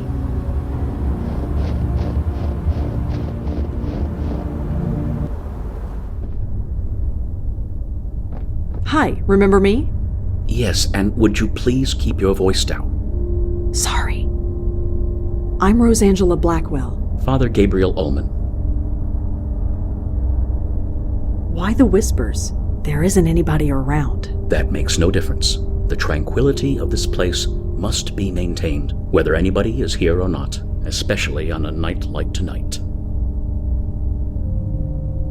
I checked with the police. This number belongs to a phone in this church. A man I'm looking for made a phone call from this number. His name is Michael. It's very important that I find him. I'm afraid I don't know who you're talking about. I am sorry.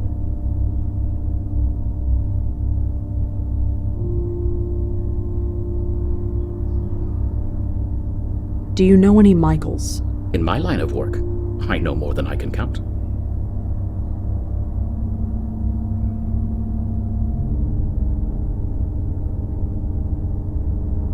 I'm looking for information on the Grace Group. Grace Group?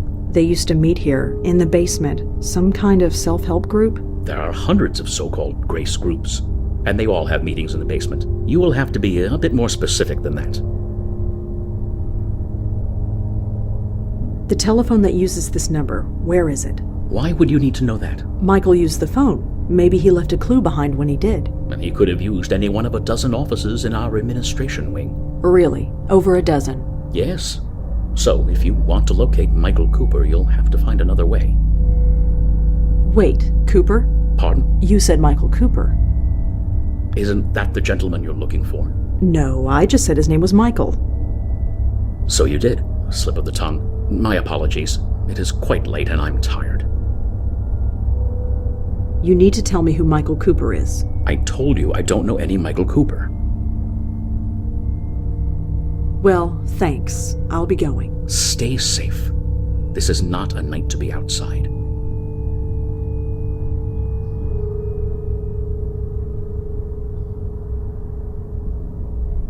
Huh. So Michael Cooper was a priest. Interesting.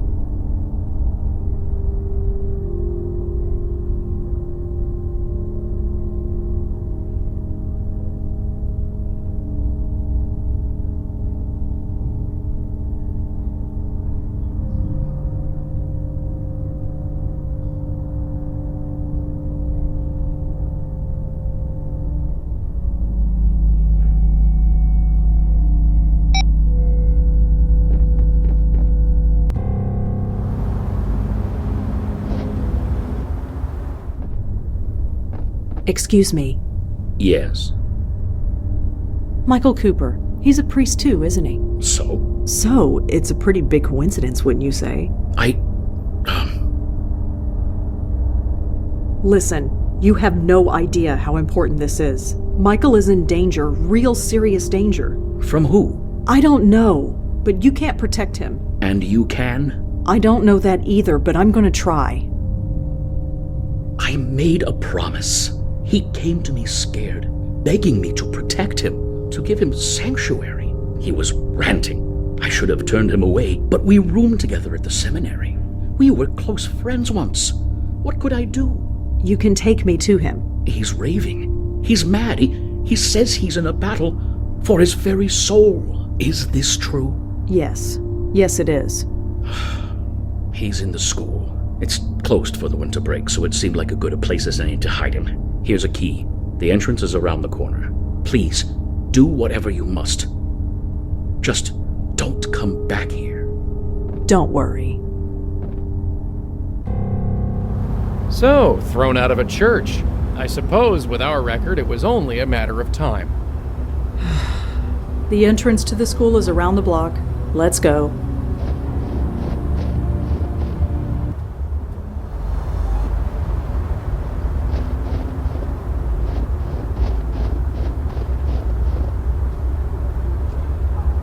The Lord is my shepherd, I shall not want.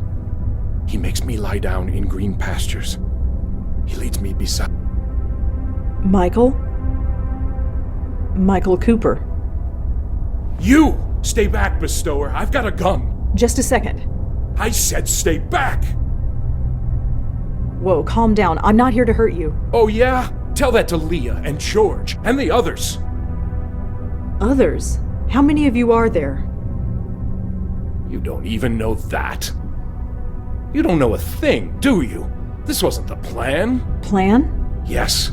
Our brilliant plan. We get the bestower to escort our souls to the next world. Protect us from this force that is after us. Instead, you let us be destroyed. You think I wanted this to happen? People dying, souls torn apart? You think I want this? Of course not. It's just... well, look at what we've been reduced to. I'm sorry. Whatever is going on, it's new. I've never seen anything like it before. I see.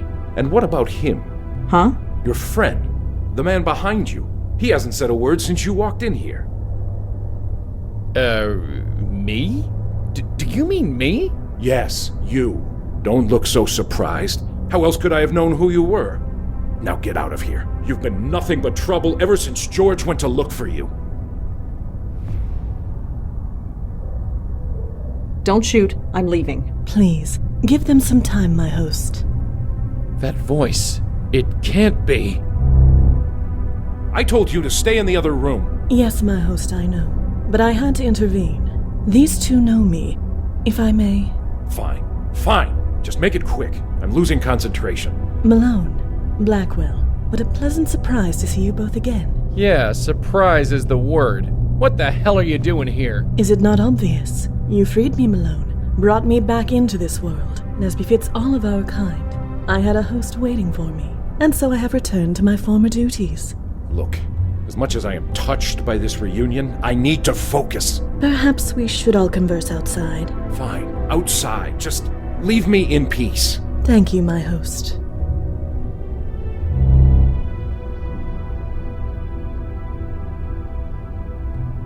That was Madeline. You know her? That saves time, I guess. Look, maintaining this circle leaves me a bit cranky. Sorry. If you can help, great. If not, well, I've made my peace with it. Just go talk to her. She's outside. I need to concentrate. He leads me in the paths of righteousness for his name's sake. And though I... Blackwell, Mallone, it's been a long time since we've been able to converse. It's been almost 6 months since Joey freed you. How come we're only seeing you now?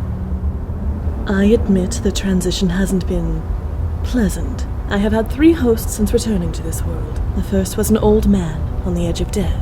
He lingered for 6 weeks before finally succumbing to the inevitable. When the old man passed, I became bound to his niece for a time. She ran every time she saw me. I tried to keep my distance, give her time to adjust, but in the end, she fell down the stairs in an attempt to flee. The poor woman died, and I was passed to her brother, the man inside. Do you know what's going on? Why are these souls being attacked? I do not know. I wish I did. Like you, we saw it happen. We saw a soul being torn apart and could do nothing. I'm afraid my host became a little unreasonable after that. Why was George looking for me? We needed a bestower. A proper bestower. My host and I were not up to the task. Eh? It might be due to my time in the void. It might be because my host's soul has been marked by whatever is out there. But in any case, our abilities are limited. We cannot even help lost souls move on as you do. We can see them and talk to them, but that is all. Hence why we needed you. Lucky us. So what can we do? We don't even know what's going on. Our theory was that you could help move these poor souls into the next world before they were destroyed, but it appears that it did not achieve the desired result. You could say that, yeah. You must investigate. My host and I are restricted, but you two are not. If anyone can help uncover why these poor spirits are being attacked and stop it, it is you.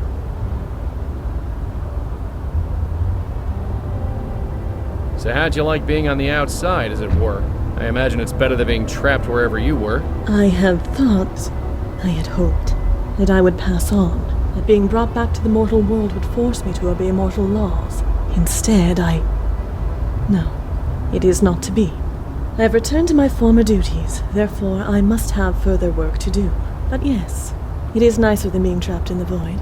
Did I ever thank you, Mallone? Not as such, no. Well, I must rectify that. Thank you. Yeah, sure. Anytime. You should really call me Rosangela. Forgive me.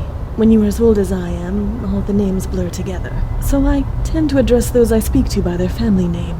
It is just easier that way, and less painful. I'm afraid it is a habit that is difficult to break. Do you know anything about this Grace group?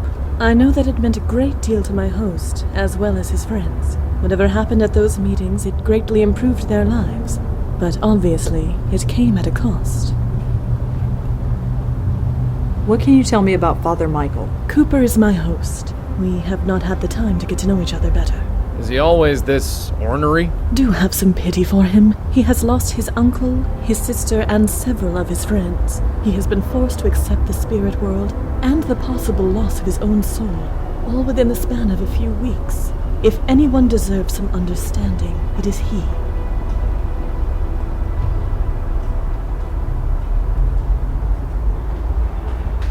Why do you let Father Michael push you around like that? It is what my host wishes. So? Simply that. I must do what my host commands. Right, seriously. What's the story? No story, Mallone. If my host wishes me to leave him alone, I leave him alone. That actually works? Of course. It is my duty to do so. So, Joey, could... No! Of course, some of us take our duties more seriously than others. Well, I suppose we'll talk to you soon. Of course.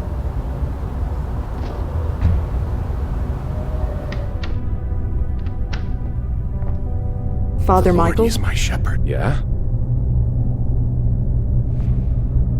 What is this circle? Oh, this. Madeline taught me how to do it. It prevents anything spiritual from getting to me. It takes some concentration to maintain, so I'm sorry if I seem a bit inhospitable.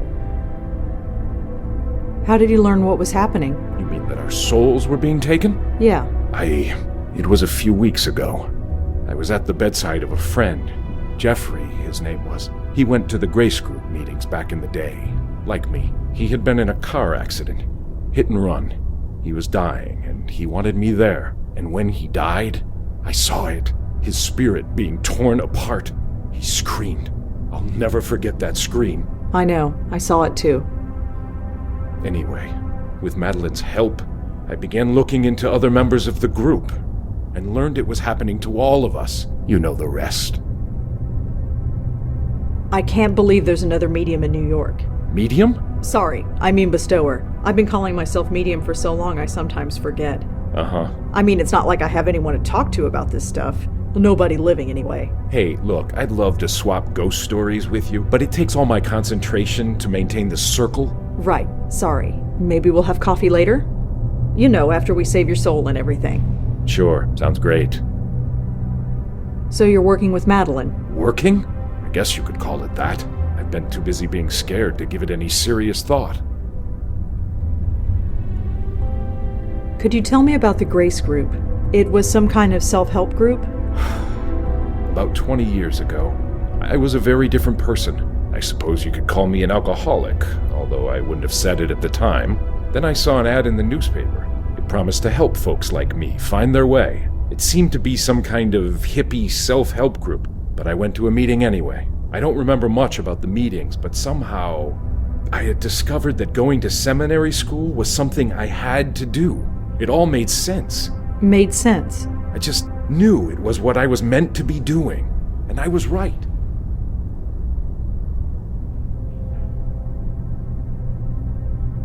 What happened at these meetings? That's just it. I don't remember. Until recently, I never questioned it before.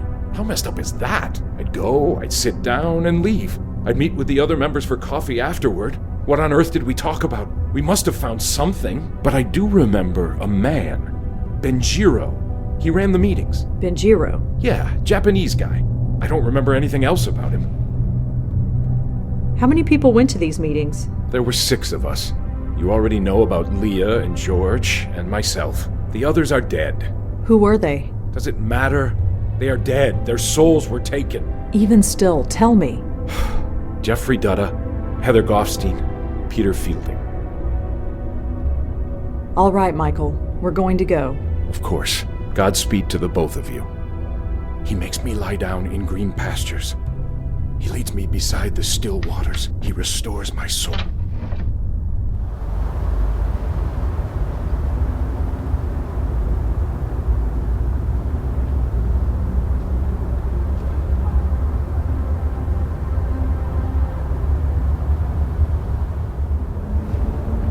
So Peter Fielding owned a gym in Murray Hill.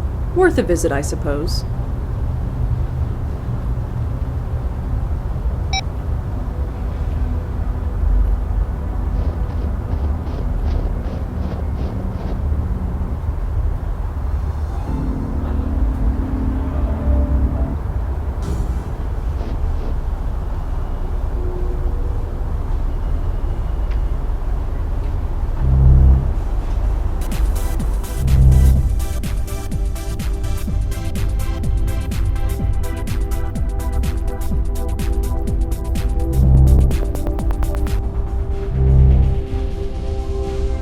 Nobody here. Hey, does it look right? Seriously, does it look right? Does what look right? The light bulb. I could swear it was blinking. It looks fine to me. Huh. Gotta do everything myself around here.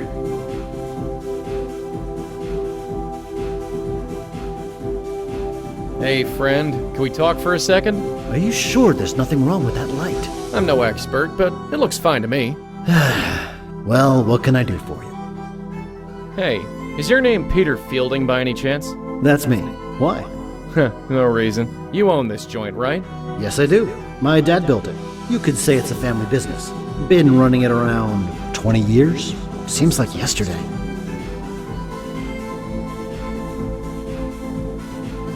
So, you run this place with your old man, huh?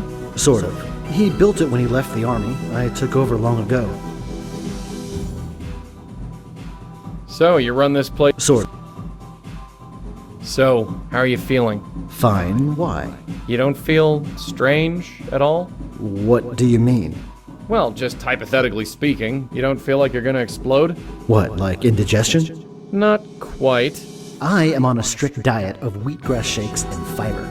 Indigestion is the last thing I have to worry about. Well, I'll see you around. You got it. I'll be here. I just gotta see what's wrong with this damn light. So I found Peter. Peter? Peter Fielding? Yeah, he's safe and sound. Spiritually speaking, anyway. Huh. Michael was sure that Peter's ghost was taken. Just between you and me, Michael doesn't look to be sure about very much.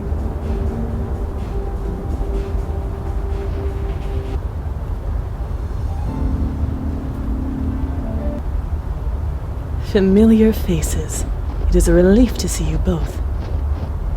We found one of the Grace Group spooks, Peter Fielding. I see. Is he still intact?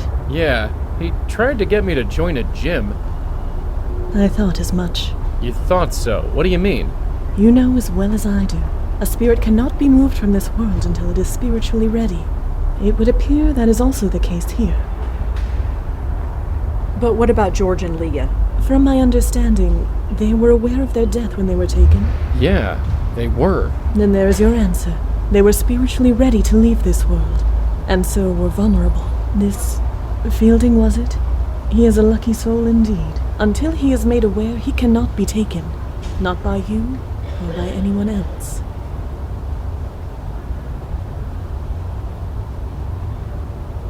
So wait, this is our fault?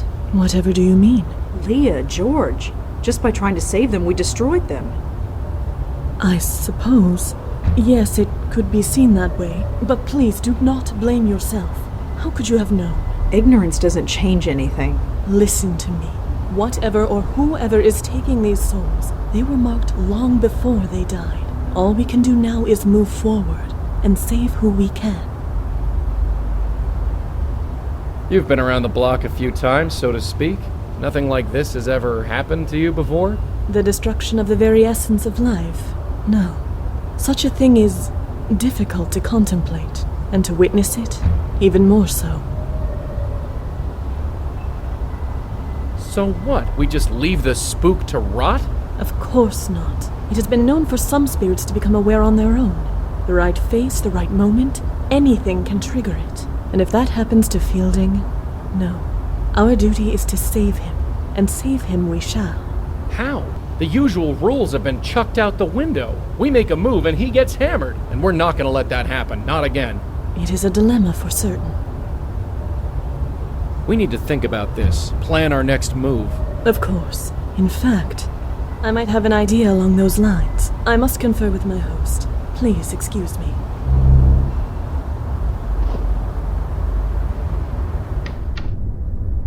He's okay? Peter's really okay? He is still deceased, but in all other respects, yes. He is as well as can be. This changes everything. You have no idea. You two, thank you. Thank you from the bottom of my heart. I never even considered that Peter's soul could be saved. And maybe Heather, too. Yes, Heather. If she wasn't taken, then her soul must still be lost. And this is a good thing? Of course. If a soul is merely lost, it still can be saved. And maybe so can mine. So, what's your plan? We are approaching this from ignorance, and possibly from fear. Before I was trapped in the void, I was a spirit guide for a very long time. I can learn much from a spirit by looking at it, and talking to it. If Fielding's soul still exists, then it must be brought here. And Heather. Heather's soul must still be out there. And her as well, of course. Peter Fielding's spook is at the gym. It's not too far away. You can talk to him there. Are you kidding? I step out of this circle, who knows what could happen? If I die, there's a good chance I'll be an aware spirit, just like Leah and George, and then... Be at peace, my host. I would not ask you to do such a thing. Well, thank heaven for that. Besides, it is unnecessary. As you say, only spiritually aware souls are attacked. Since this Fielding is not spiritually aware, meeting him in his current state would be fruitless. We need to awaken him before I can determine anything about him. Won't awakening these ghosts destroy him? Aren't we trying to avoid that? Don't be absurd. We'll put them behind this circle. They will be safe there. And how are we supposed to do that? Spooks like me can't enter the thing. This might surprise you, Mallone, but I did think of that. Come here. Take this. What's this thing? Call it a totem. It was made with some of my essence. The circle was created in much the same manner, so it will make a perfect focus. When you awaken a spirit, use the totem to send them directly here. They will remain safely behind the circle until we can determine the next course of action.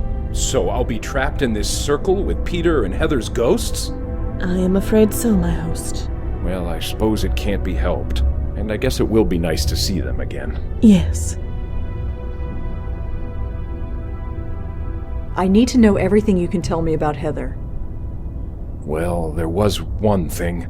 It was a confession of sorts, you see, and she trusted me. What was it? You don't understand. It was a confession. It might have been a long time ago, but it was still a sacred trust. I can't betray that trust. It goes against everything I believe in. Don't you think that under the circumstances, she would understand? I'm not sure God would. Does it really matter? What's the worst that could happen? You lose your soul? My God, when you put it like that. Heather was a prostitute. She wanted to confess, but didn't feel right entering a church. She might have been Jewish, judging by her name, but I think she just wanted to speak to someone who understood. Understood? Someone who had been to grace group meetings. Someone who had had a life-changing revelation, like I did. I don't know what her revelation was, but she wanted to purge herself of her old life.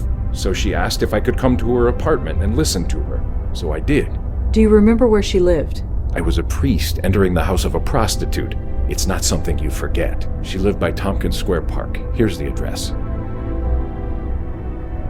I guess we should get going. Hey, Madeline? Yes, my host. It's all right. All right? Yeah, stay inside. It's cold out there. I don't feel the cold, my host. I know. Just stay, please, and thanks. It is my pleasure, my host.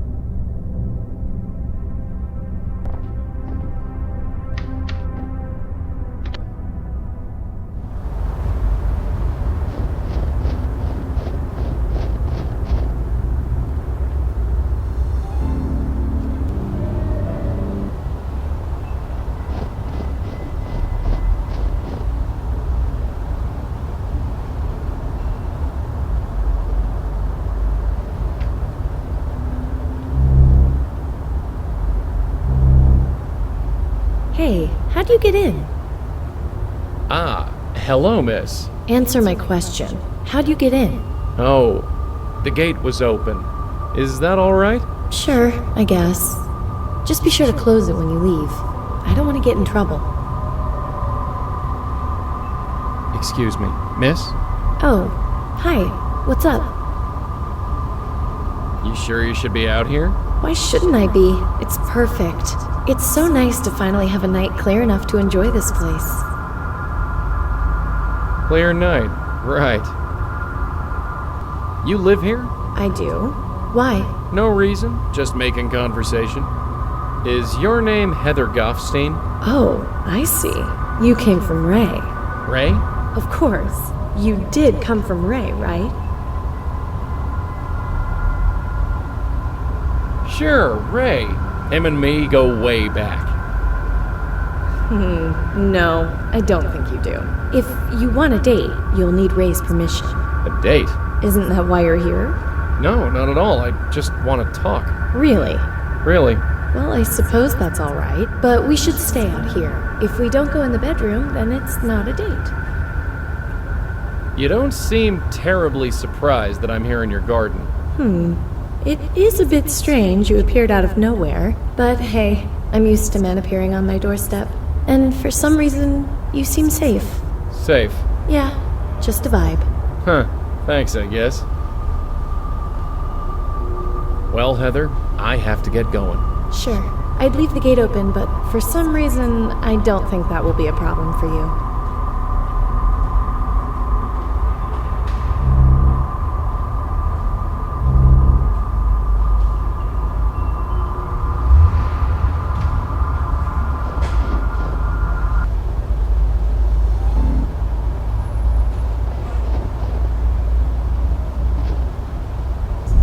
Officer Palmer? Yeah, what can I do for you? Do you know anything about someone named Ray? I don't know who he is, but I think he's involved with prostitution. Prostitution? Is this related to Leah's case? I don't know. It could be. This just gets better and better. Anyway, Ray, let's take a look.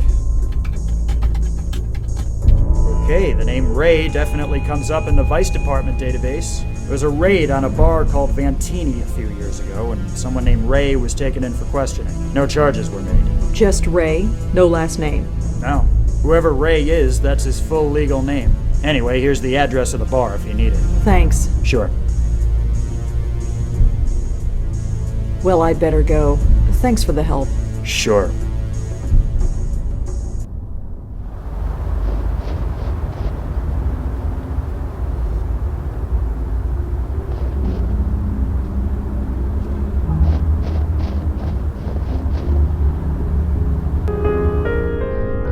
Will you look at this, Denise? Someone brave enough to join us in this weather. Well, brave or stupid anyway. Right. She must really like this place to be here in this weather. Whoever this was, he signed it, "Thanks for the tie, with love, AG." Excuse me. Yes? I'm looking for Ray. Do you know where I can find him? Ray, huh? And why would you be looking for Ray? I'm looking into a death. Ray knew the victim. Oh? In what capacity? She was a working girl. Heather Goffstein. She worked for Ray, and now she's dead. I see. Worked is the appropriate word, I suppose. Heather left my employ a long time ago. Your employ? Yes. You want to speak to Ray? She's right in front of you. The former Rachel Mendez at your service. So you work here? Not directly, but I suppose I'm as much a fixture here as anything else. So Heather worked for you. Can you tell me about her? It's been, several years. I'm afraid I can't tell you much. She was very young. Very pretty. Slightly lost, perhaps, like many of my girls. She's really dead? How did it happen? I don't know. That's what I'm trying to find out. Is this a police matter? Not directly. I'm working with them, but I'm pretty much on my own. Well, in that case, ask me whatever you like. You said Heather left your employ. Could you explain? Just that. She packed up and left. And you were okay with that? You think I would drag her back against her will? Absolutely not. And what would be the point? I replaced her the next week. It's the nature of this business. Some girls try the life, discover it's not for them, and then leave. Some stay for years and it grinds them alive. But occasionally, with luck and persistence, one can flourish, like I did. Did Heather have any enemies, an obsessive client, or anything? I suppose anything is possible, but not likely. I screen our clients very carefully, and I keep very careful records. How does this business work, exactly? There's no bedroom upstairs, if that's what you are asking. I own several apartments in the city. I give the girls room and board in exchange for the money they receive. Some of them skim. Hell, all of them skim. But I make sure to treat them well. They treat me well in return. If you kept careful records, does that mean you have a list of Heather's clients somewhere? No. I'm sorry, but no. Don't you want to know what happened to Heather? That client list could help. You have no reason to suspect one of her clients had anything to do with it. You can't even tell me how she died. I won't betray my client's trust based on a flimsy guess. I really need that client list. Absolutely not. I give a premium product, and our clients expect premium service. Privacy is part of that service. That client list stays in my office where it belongs. Well, I guess that's everything. Sorry I can't help you. For what it's worth, I liked Heather. I'm sad she's dead. I suppose a drink to her memory is in order. Care to join me? Thanks, but no. More for me then. Denise! 1 gimlet, please. You know how I like it.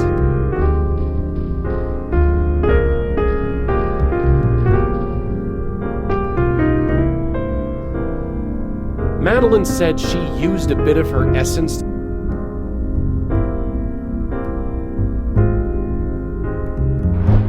How odd. Denise, could you get that for me?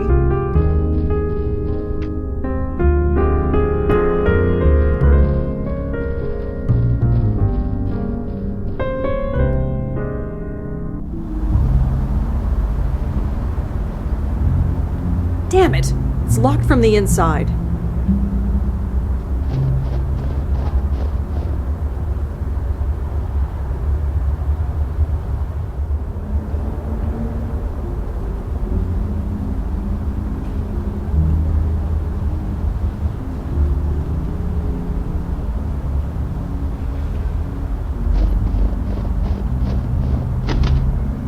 Damn it! It's locked from the inside.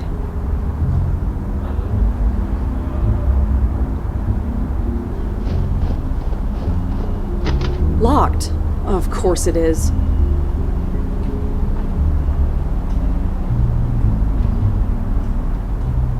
I don't have much coffee left. I don't want to waste it.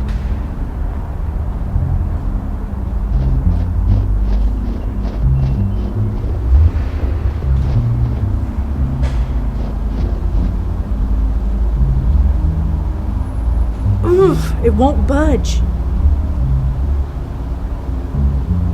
It only opens a bit, but it appears to be empty.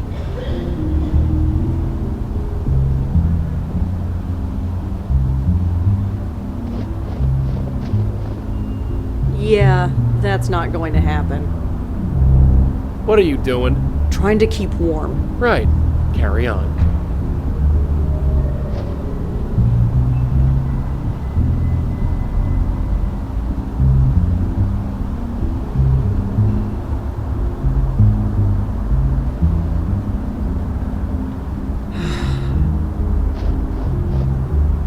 It's now a puddle of foul, coffee-flavored water, but at least it's melted. I think I got it all, but I'm not carrying around this wet rag. Good thing there's a dumpster here.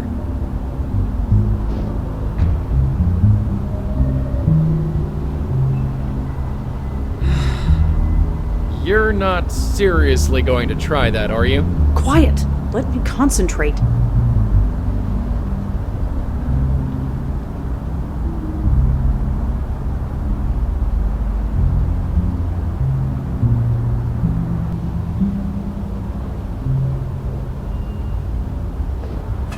First try. Jesus, you nearly gave me a heart attack, so to speak.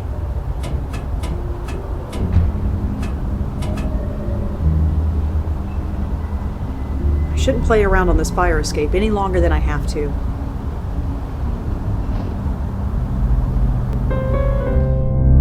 You know, we've been through a lot, you and I, but sneaking into the secret office of a known flesh peddler, this tops the list. Pictures of young girls. I guess they all work for Ray. These look like pictures of celebrities and politicians. I don't recognize many of them, but... Holy crap! Is that Kennedy? A bunch of phone numbers and addresses. It doesn't say who they belong to. If Ray has a client list... Okay, let's see here. Client list, client list... You're kidding me. What? It's a text file, clientlist.txt. And that's good? Good for us. All I need to do is transfer the file to this memory stick.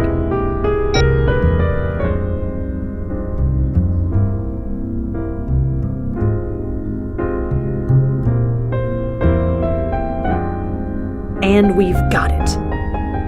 Some security. I guess with the secret door and paying off the police, she didn't feel the need for any more.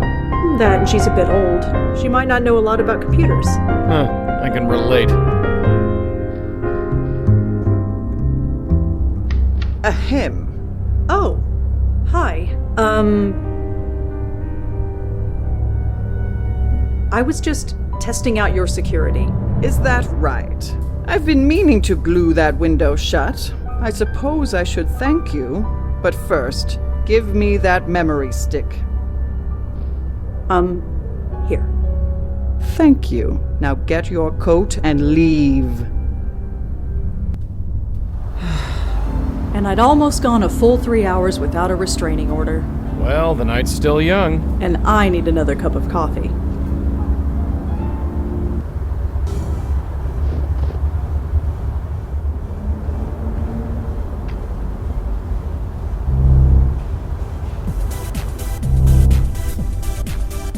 Looks like some kind of headshot photo. Probably someone famous who uses the gym. Let's see here.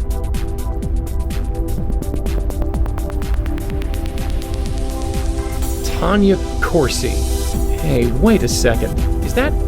Yeah, that's the spook from George's roof.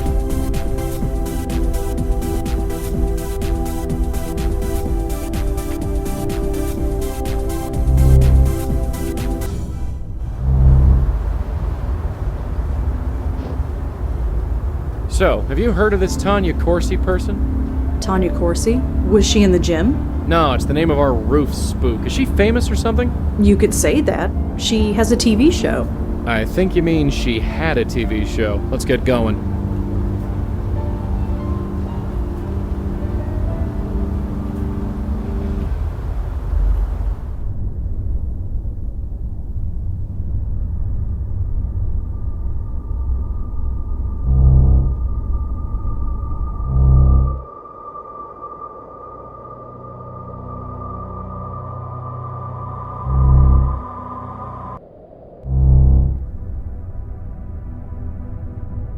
Hi there.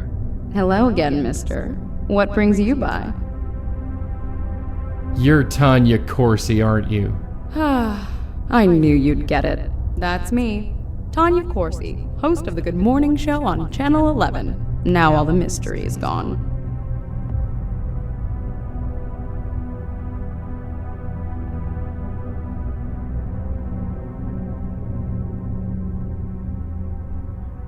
Do you know anything about a self-help organization called the Grace Group? Grace Group? No, I haven't. Sorry. Do you know a Michael Cooper? I don't. Sorry. So, Tanya, tell me about yourself. You want to get to know the real Tanya Corsi. The Tanya that you don't read about in the tabloids and magazines? If you let me. I barely know you, Mr. Mallone. Although if you swing by more often, you might learn a thing or two. You ever go to the Carth House? Dumpy place in Chelsea. Sorry, no. Does the name Benjiro ring any bells? Benjiro? Is that Japanese? I believe so. Sorry, I don't know anyone named Benjiro. So, I heard you go to Peter Fielding's gym. I do. Or rather, I did. After what happened to him, I just couldn't. You mean his... Death? Yes. So senseless. Do you know a Heather Goffstein? No. No, I don't. Sorry. Come on, that note on the floor, it has Heather written on it. So, like I told you, it has no meaning to me. I don't know any Heather. Do you know anyone named Ray? Ray? Is that all you got? I think Ray might be involved in prostitution. Ring any bells? That's more of a late night news kind of story. I'm early morning. We're all about the rainbows and sunshine. You sure you don't know anything about the Ray I mentioned? Sorry, no. Are you sure you don't know anything about this note? No, I don't know anything about any note. Please stop asking about it. Well, Tanya, I have to get going, but I'll see you around. Ta.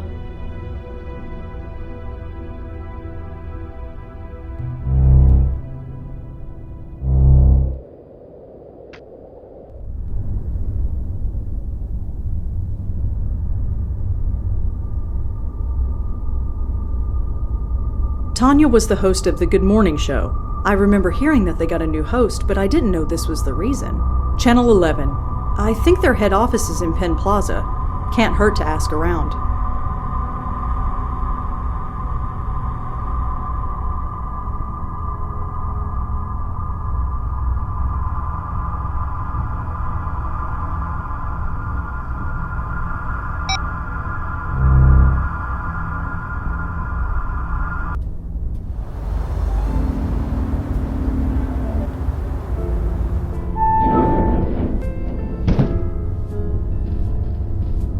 Excuse me. Hi, I'm Rosangela Blackwell. Do you work here? Certainly do. Jim Peebles, senior producer. How can I help you? So what do you do here? I'm the head producer for the Good Morning Show with Kathy Carden. Isn't that Tanya Corsi's old show? Yes, it is. It's pretty empty here tonight. Well, look outside. The weather's horrible and almost everybody commutes to work. Nobody can get in, so we're running on a skeleton crew. Did you work here when Tanya was alive? Yes, why do you ask? I'm looking into her death. Wasn't it an accident? That's why I'm looking into it, just to be sure. Huh. Well, all right. Do you know a madam who calls herself Ray? That's not really the kind of thing our show reports on, so I can't really help you. Sorry.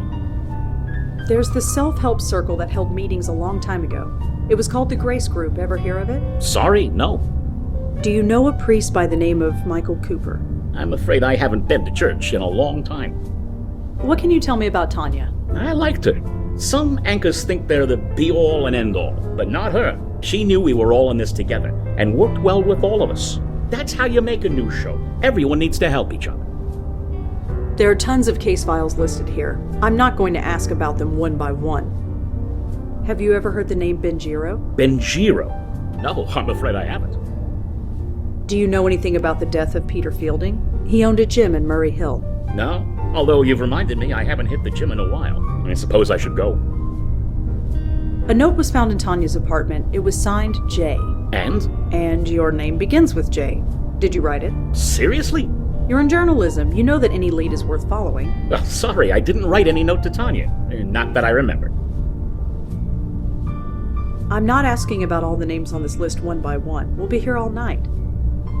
Can you tell me about yourself? Me? Well, what you see is what you get. I started working at a copywriter's desk about 30 years ago. Worked my way up to producer. Been here ever since.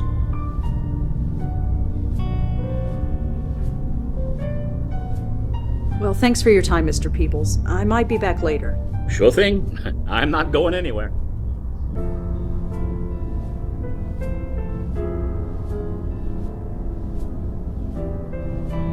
A James Peebles is listed as being a client of Ray's, and the girl he saw was Heather Goffstein. Well, this just got juicy. Hi, Mr. Peebles? Hello. Rosangela, was it? What can I do for you? Jim, I know everything. Sorry? I know who Heather is and what she did for a living. I also know that you procured her services. There was a note in Tanya's apartment that said, I know about Heather. It was signed J. That could have been anybody. Do you really expect me to believe that now? No, I don't. Tell me about your involvement with Heather. God, it was over 25 years ago. Working the late shift, sleeping during the day. Who has time for a social life? So, yes, I found other ways to meet my needs. Heather was one of them. I'm not proud of it, but I make no excuses for it either. You said it was 25 years ago, so you stopped seeing her. She quit the business. I didn't know what happened to her until she walked in that door. The new face of Good Morning. Tanya Corsi. Tanya? Yeah, the name was different. The hair was different. The whole attitude was different. But I knew. Wait a minute. Let me get this straight.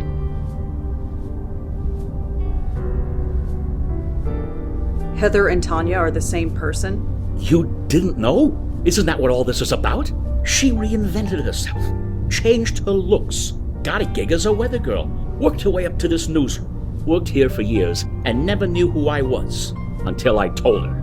Until you blackmailed her, you mean? Look, 30 years I've been here, and I haven't moved from this damn desk. I saw an opportunity, and I took it. So, I wrote her that note. I threatened to expose her past. I didn't know what to expect, but I didn't expect her to go home and for that to happen. They said she fell in the shower because she was drunk, but she was only drunk because of me. So what now? It's completely up to you. I'm not going to do anything. You're not. I got what I came here for.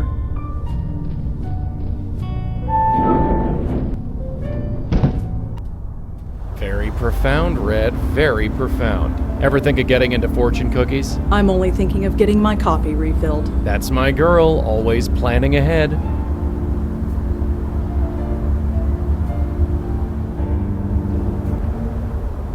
So what exactly happened? Tanya, Heather, whoever, she split? She killed off her past so thoroughly that it became its own ghost? I suppose so. I didn't know ghosts could do that. What? You read the rule book? Because I sure haven't. If we got a split spook on our hands, we gotta put him back together.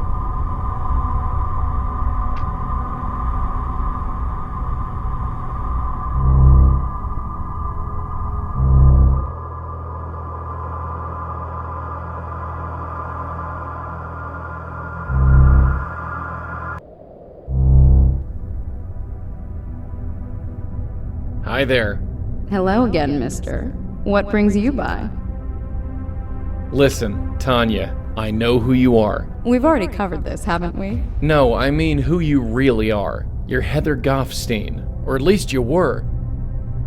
I told you, I don't know any Heather. Tanya. I don't know any Heather because Heather is gone. Heather is dead. She doesn't exist anymore. She can't. I'm sorry, Tanya, but she does. What do you want? Money? A promotion, like Jim? No, I just want you to come with me. There's someone you need to meet. I don't have a choice, do I? Fine, lead on. But remember this, Peter didn't just teach me how to do Pilates. Take me anywhere funny, and you'll be looking at a broken nose. I wouldn't dream of it. Why are we going out there? Just trust me. Trust you? That's rich.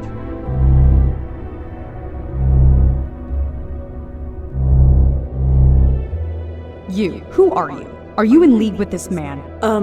Kind of? 2 blackmailers instead of 1. This is just great.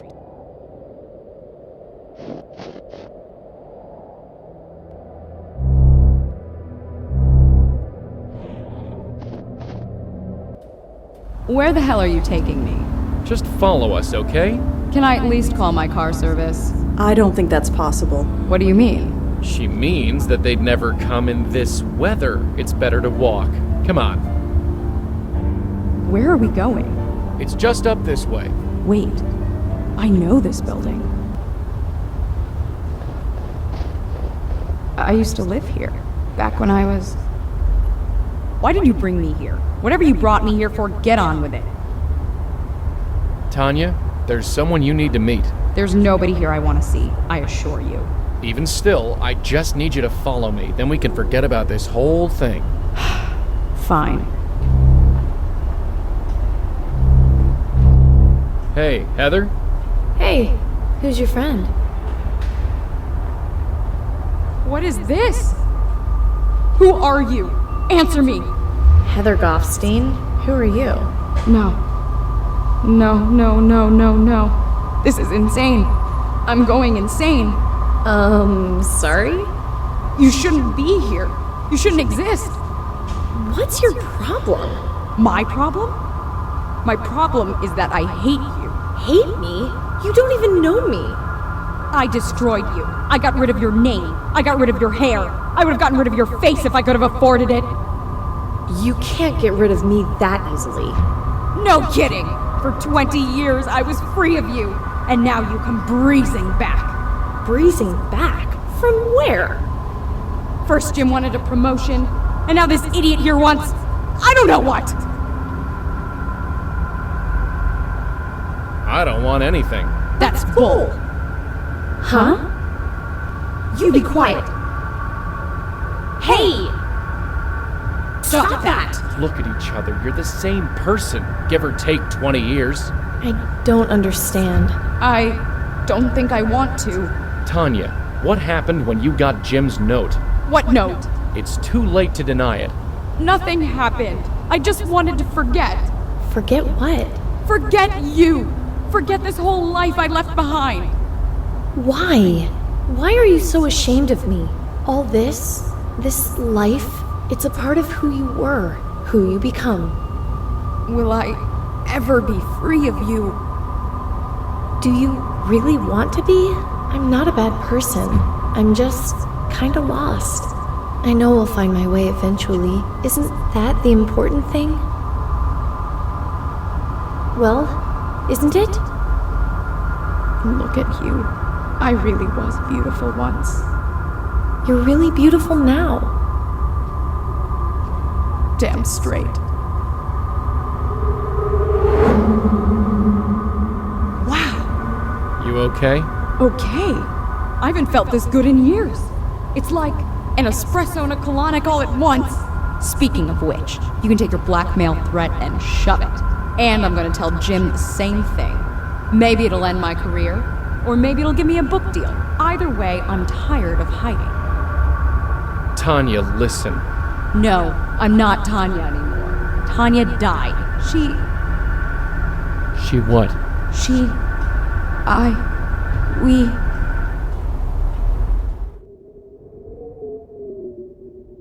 took 3 Valium with a vodka chaser. That's all I remember. You're not really a blackmailer, are you? No, I'm not.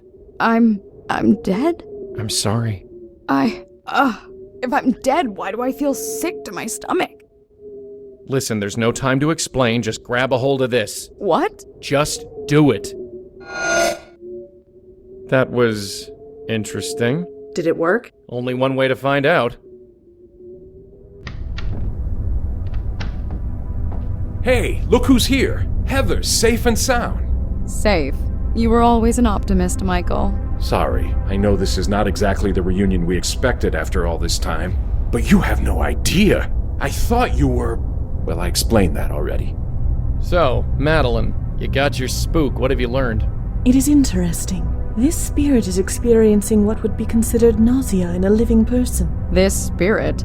I do have a name. Apologies. She is being pulled. There is the signature of another spirit at work. A signature? Yes, I can see it. It is faint, but I can see it. Only the power of this circle is stopping it from gaining a foothold. Unfortunately, it is too faint for me to see anything useful, and we dare not lower the circle. I need to examine another soul, one that is marked like this one. And by another soul, you mean Peter, don't you? Peter? Peter Fielding? Yes, his soul is still out there. I see.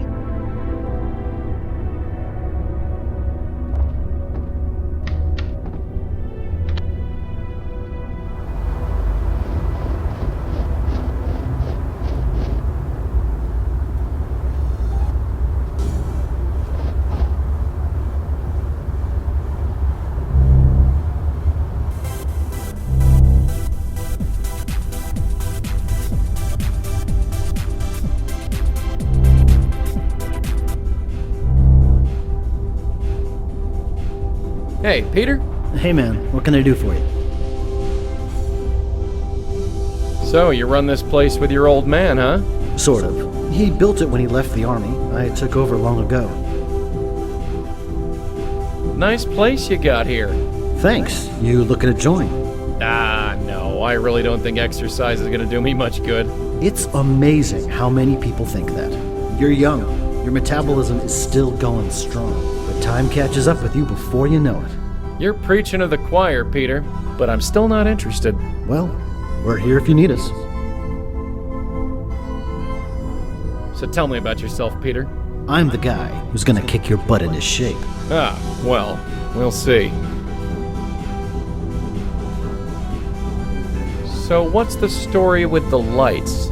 I don't know. It's driving me crazy. There's something wrong with them. I can tell. Well, like I said, they look totally fine to me. I'll just have to keep checking.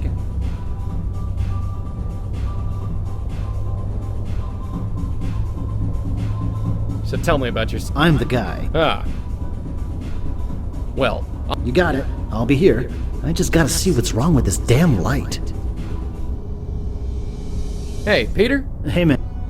Well, you got...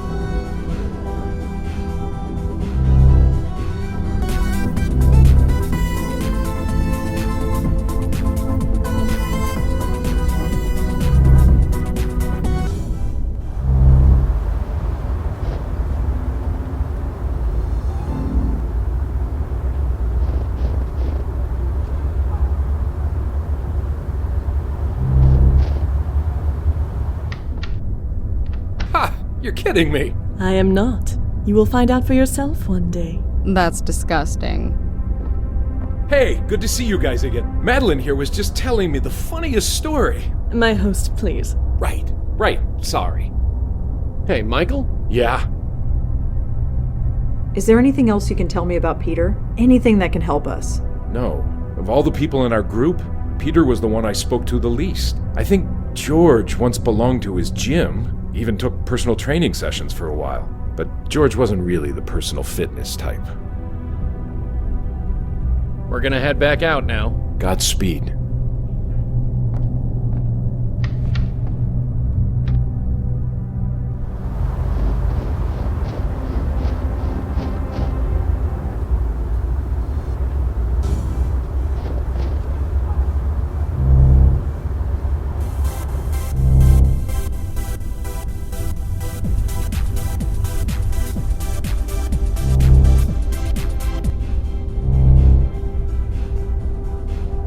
Hey, Peter? Hey man, what can I do for you? So I'm told that you give personal training sessions. Yeah, you interested? I sure am. Well, I don't have the time right now, but I can probably pencil you in. Just gotta check the schedule outside.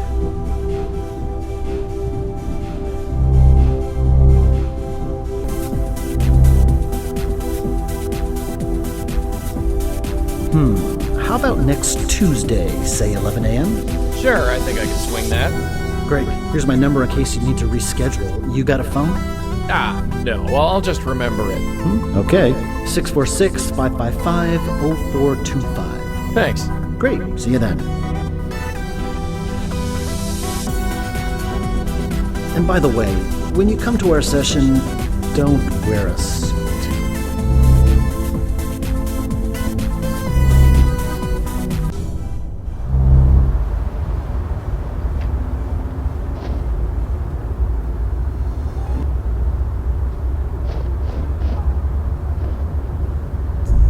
Officer Palmer? Yeah, what can I do for you?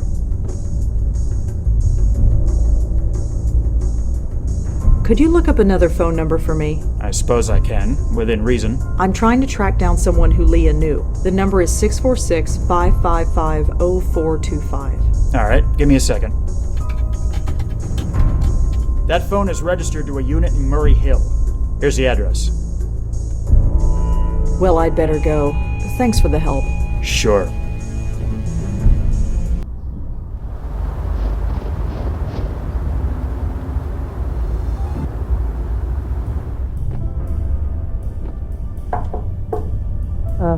Coming. Yeah. Who are you? Who's asking? I'm a friend of Peter's. So? So I was hoping we could talk about him? Funny. I was hoping to be left alone tonight. Guess who wins? Why is nobody ever happy to see me? Dunno. It can't be your copious amount of social grace.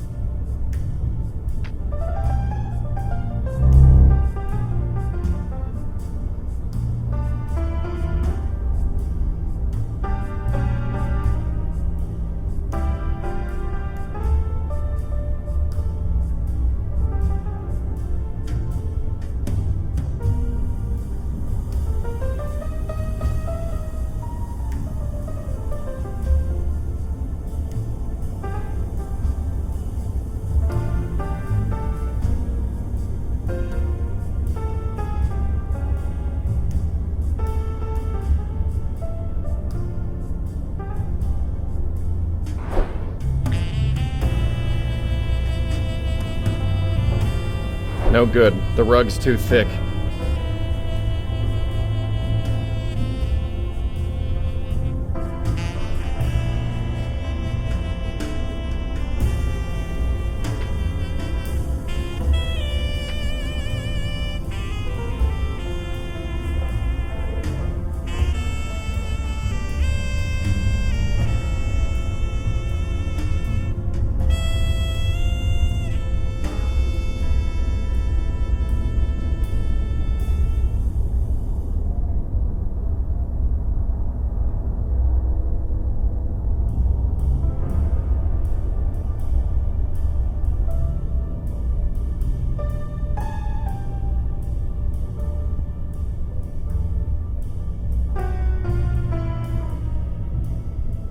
Bingo. The case number is listed in this file. It belongs to a Maggie Fielding. It appears she was picked up in the raid on the Carth house. She was brought in for an emergency detox and forced to go into rehab. It lists one known family member, a brother, Peter Fielding.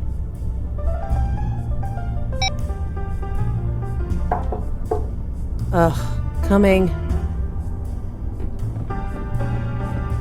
You again? What is it this time? You're Peter's sister, Maggie, right? Sure. Fine. You got me. Why couldn't you just tell me that before?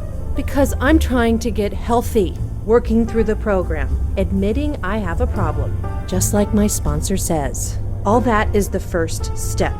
I'm still working on the rest. Talking about Peter, that's step 5. I'm not ready. It's nothing personal. I just need to avoid thinking about him for a while. And you're doing that by living in his apartment. It's just temporary. I have nowhere else to go. And besides, what difference does it make?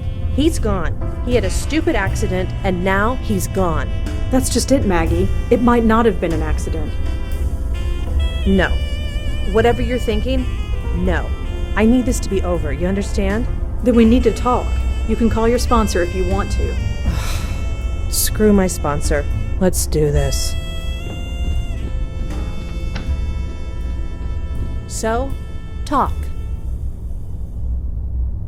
Why is Peter such a sore subject with you? That's between me and him, or his ghost, or whatever. It might help to talk about it. I'm still working through the program. Talking about it is step number 5. I'm not ready for it yet. What do you know about Peter's death? Just what I was told. That he was fixing a light bulb and fell off the ladder. I remember thinking it was a pretty stupid way to go, especially for him. How do you mean?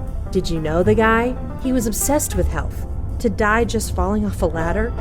I always thought he'd outlive the world. Could you tell me about your father? He opened the gym, right? Sure.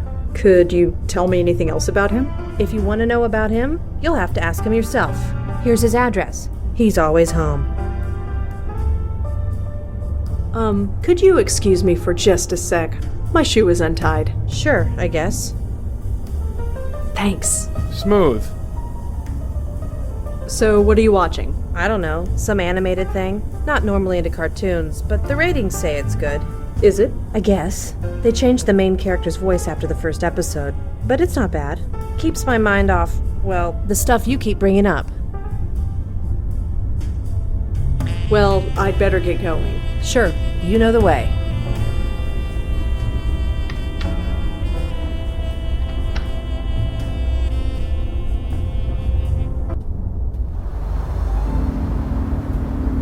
Wait, this is Greenwood Cemetery.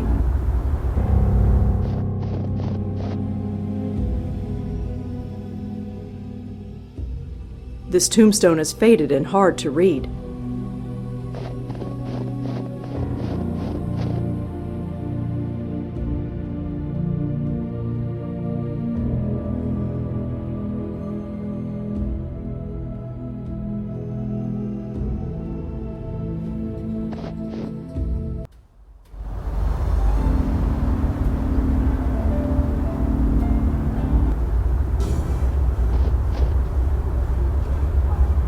That card unlocks the field's gem door. Nothing else.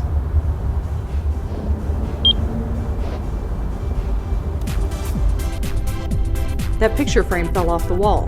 Nobody's picked it up yet. There we go. Nobody can say I don't do anything nice.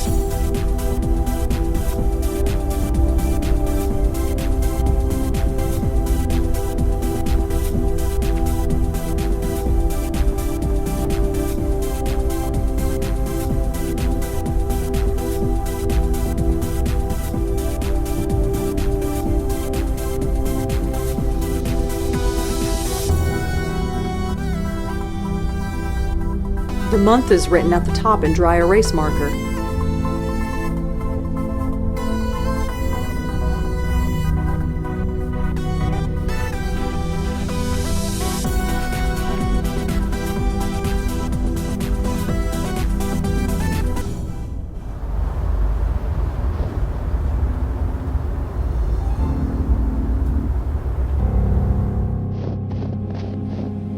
I talk with the dead.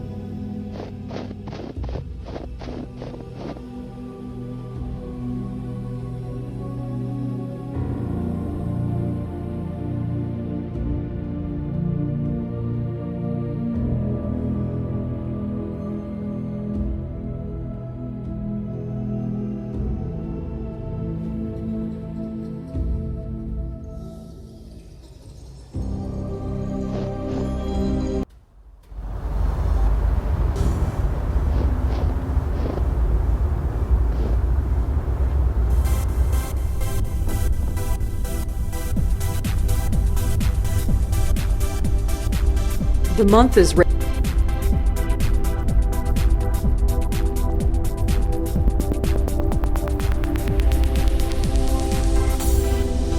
God, No.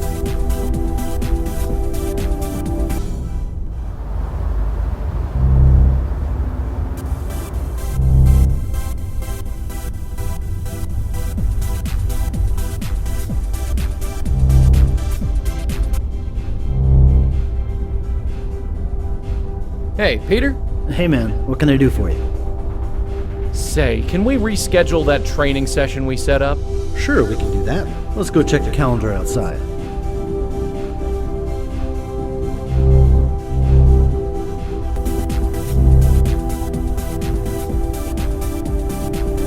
Hey, miss, you're dripping water on the floor. Oh, sorry. No problem, just be sure to put on sneakers or something if you want to work out here. Anyway, let's check the schedule. Huh? Is that the date? Hey, listen, I'm sorry, but there's an appointment I've got to keep. Can we sort this out another day? Sure, no problem. Thanks.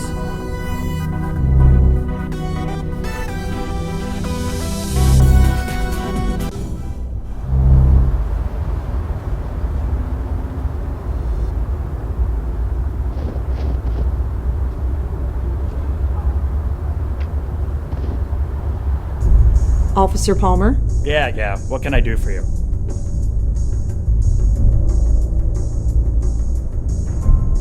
Is there anything in the system about a Connor Fielding? He died about 20 years ago. Let's see. Our records from back then are a bit spotty, but can't hurt to check. No, nothing comes up, but it's a very common name. Is there anything specific you can tell me about him? He was in the Army. Oh, then there might be something in the Veterans Association records. Aren't those public? Not everything. But fortunately for you, I can access everything. Okay. Archived records. Connor Fielding. Oh, seriously? What's wrong? Idiots. They had no idea how to archive data back then. I can only look them up by service number. You don't know it, do you? I do, actually. It's 070-234-541. Well, that's handy. Let's see. Okay, here we go. Connor Fielding. Served in Vietnam from 1966 till 1969. Honorably discharged. Moved with his family to New York a few years later. Huh. That's interesting. What? It says here that the police were called to his apartment several times. Reports of raised voices. Possible domestic abuse. No charges were pressed, which is why it wasn't in our police records. But it's in the military database? Word gets around. Someone must have noted it in his VA file. Doesn't say much else. Well, I'd better go. Thanks for the help.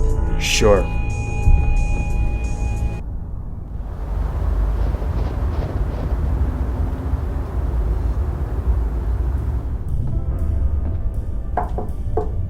Oh, coming. Oh, sure, come on in.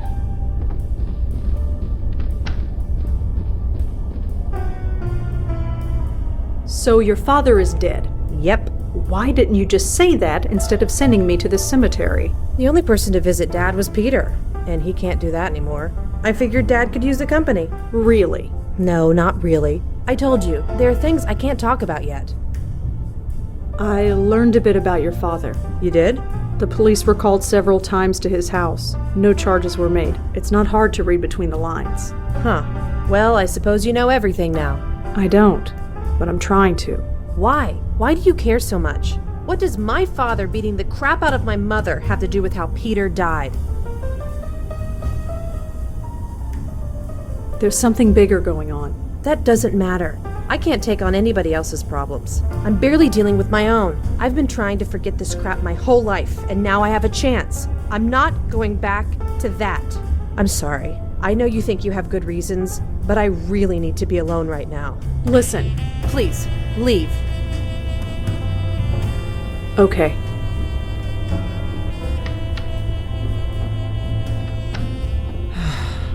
You have such a way with people. Are you still here? Just leaving. Where are you going? To visit my precious father. Not that it's any of your business. My neighbors are kind of twitchy. You better get out of here before someone calls the cops.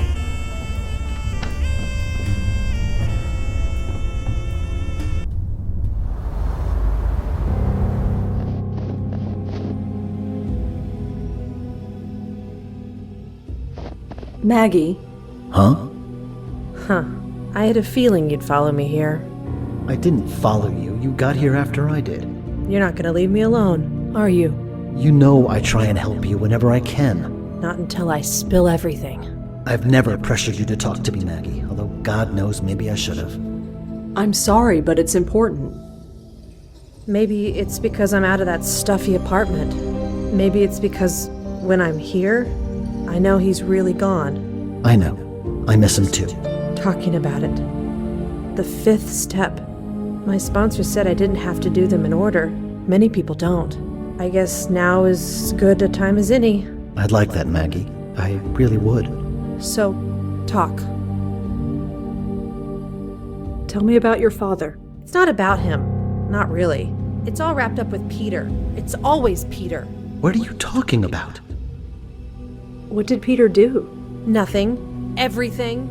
Maggie, what are you talking about? He took over my dad's gym, made it successful. I hated him for it. Wait, what? Don't you remember how miserable I was?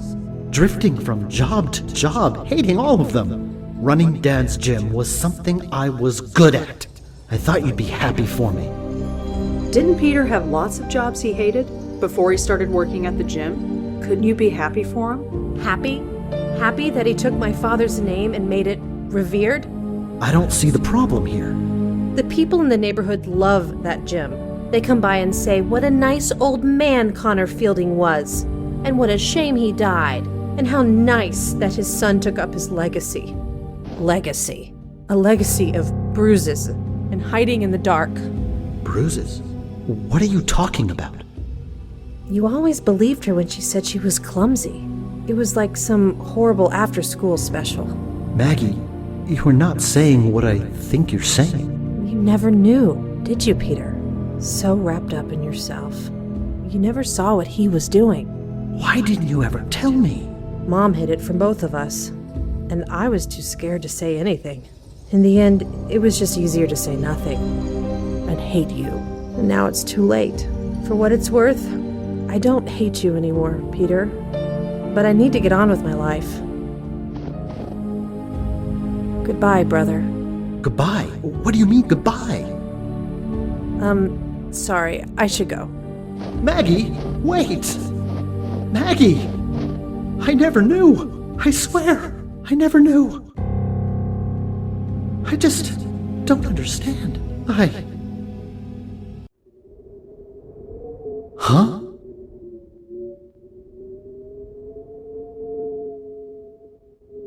My God. I'm sorry, Peter. I remember. The ladder. It broke. Oh, man. I don't feel so good. Right. We don't have a lot of time. Peter, I need you to grab a hold of this. What the heck is that thing? No time. Just grab. Well, that was close. Did it work? Let's get back and find out. This whole story is incredible. It's all true, Peter. Can't you feel it? Like something is trying to pull you away. I thought it was just indigestion, but I've never had indigestion in my life. Figures I'd get it when I'm dead. Madeline, have you had time to examine them? I think yes. Madeline? Yes, apologies. I believe I have all the information I need. Huh? Madeline? Ugh, I really don't feel so good. This can't be right. Michael? What's going on? Madeline! Apologies, my host.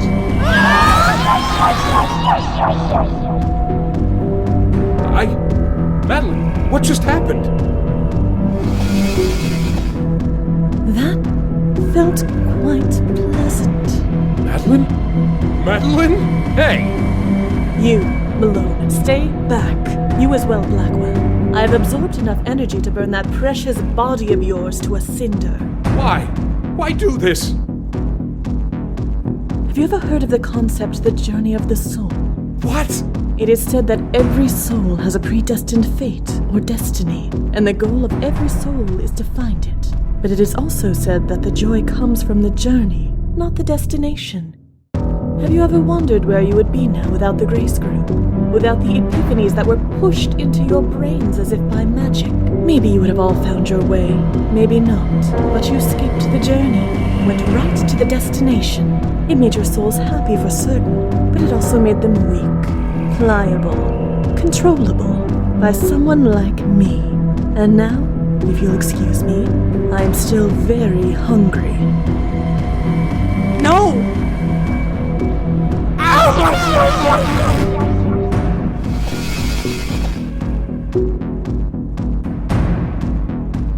You.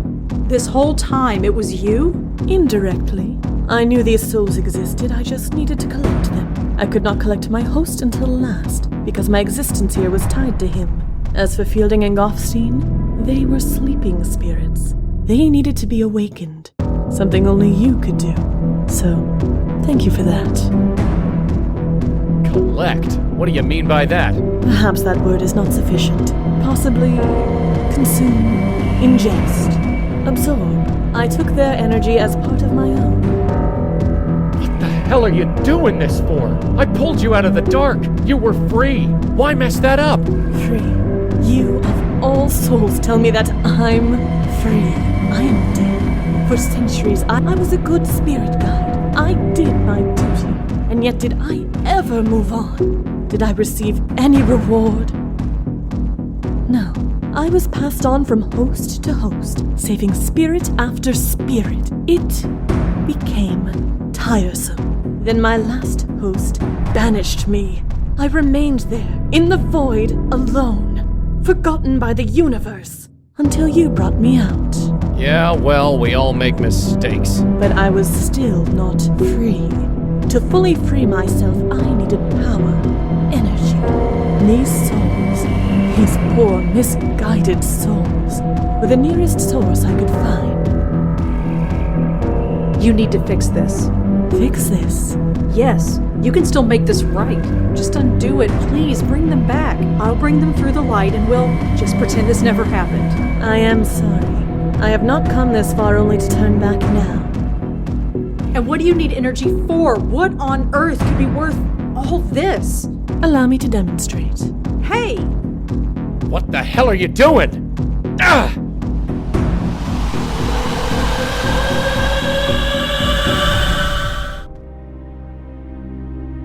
Red, you okay? Come on, darling, say something. Interesting. I wondered if I would have to relearn how to breathe or walk, but it all comes quite naturally, like putting on a tailored glove. Madeline. Hello, Mallone. Seeing you with these eyes is different. Of course, it might be these spectacles, cumbersome things. I'll show you cumbersome. How about a punch in the face? Mallone, there is no need for this hostility. No need. You lied to us from day one. I apologize for the ruse. I admit I have not been completely forthcoming. No kidding. Come now, Mallone. Nothing has changed. I won't shirk the duty. I have no choice. We will continue to save lost souls. Performing it from this end could be refreshing. I work with Red, not with you. You can think of me as her, if it will help. Like hell. Sadly, you have no choice. I'm gonna fix this. I'm afraid it's too late for that. Red, fight her. Whatever she's doing, fight her. She cannot. If her predecessors could not win against me, then she has no hope. Not with the power I now possess. Predecessors? What are you talking about? This is not the first time I have attempted this. In the void, I could only reach certain minds, the minds of other bestowers. Other bestowers? You mean... The other Blackwell women, yes. But I was too weak, and so were they. I could only control their minds for a few minutes before they broke. Broke? I did not expect that would happen, but some good did come of it. I eventually learned the proper approach, and finally I have succeeded. You're insane. I mean it, Madeline, a stark, raving lunatic. Do you have any idea what you've done? You dare condemn me, little ghost? Allow a few centuries to pass. Wait until you've been left abandoned in the dark, adrift, terrified.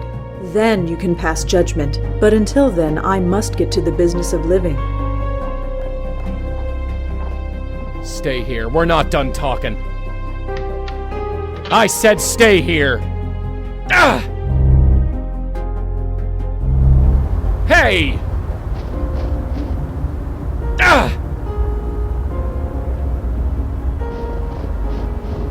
Now cut that out.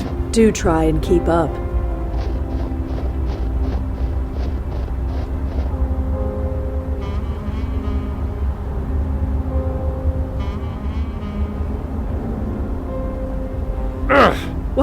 What are you doing? You know, Red and I have a bond. We gotta stick together. Where she goes, I go. You might be wearing Red's body, but you ain't her. There's a line in the snow, and you can't cross it. But Rosa Blackwell, she can cross it just fine. You're hurting me. Good. You idiot!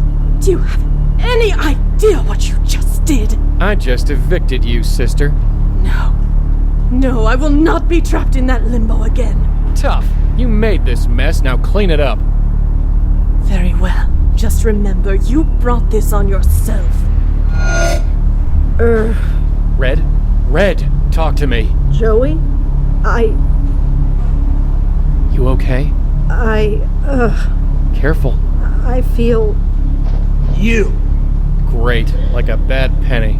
Dispatch reported a woman ranting to herself in front of a church. I had a feeling it would be you. Care to explain the dead body around the corner? Corey?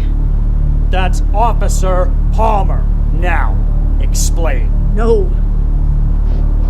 Miss Blackwell, I've been patient and cooperative so far. No. Stay where you are! What are you doing? Was it like this for them? For who? Red? I think it's happening. Huh? Auntie, my grandmother, it's happening. It's No, it's too much. Red, stop that. Come on, you're gonna hurt yourself. Jesus, cut it out. Not again, not you, not now. Help somebody, anybody. I did warn you.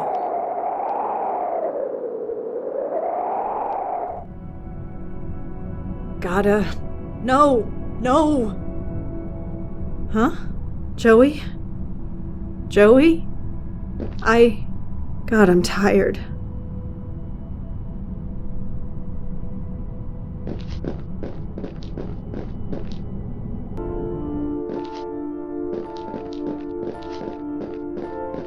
Hello? Auntie? Is that you? Oh, hey. I saved you a seat. Where are we? You asked too many questions. You always did. Sit down, kiddo. We've got nothing but time. Cigarette? No thanks. Auntie? Yeah, kiddo? What happened to me? To us? Don't know. Last I remember, my head hurt really bad. I tried to make it stop, but it just got worse. I might have thrown something? You did. I was there. Did I scream? Yes. I didn't hurt you, did I? I hid in the closet. Ah, good. Smart. Yeah. We were possessed by this spirit called Mallone. She didn't succeed, but we ended up here. Somehow. Oh. That's all you can say? Oh? Does it really matter anymore? I guess not. You look so young. Well, I take care of myself. No, that's not what I mean. When I last saw you, you were over 50, at least. So I kept on living, huh? You were alive, if that's what you mean. Hospital bed. Like Mom. Yeah. Well, I guess it was my turn. And now, I guess it's yours. Why didn't you tell me? Tell you what? About Joey? About my family? All of it? You were 5 years old. You could barely understand how to tie your shoes. And I thought we had more time. But hey, you're here now, and we've got all the time in the world. Is this where you've been all this time? Don't know. Don't much care. The view is nice. I don't have Joey nagging me. Auntie, you don't seem yourself. You don't know me at all, kiddo. In this place, I feel more like myself than anywhere I've ever been. Auntie, is my grandmother here? She was, but she faded away. I guess it will happen to me soon. And you. But in the meantime, let's enjoy the view. I've missed you. Oh yeah? Yeah. Thanks. Huh. Sure is a nice view, isn't it? Yeah. Let's just enjoy it for a while.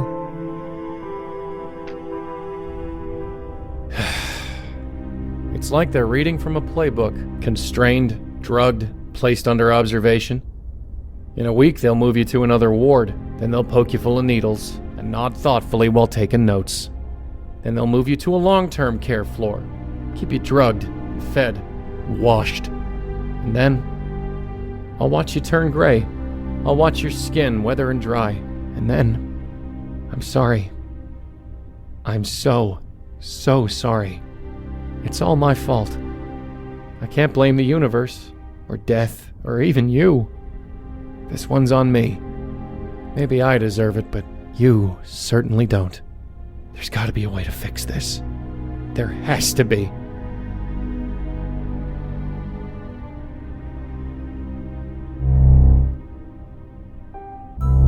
This place hasn't changed all that much since the last time I was here. Home sweet home.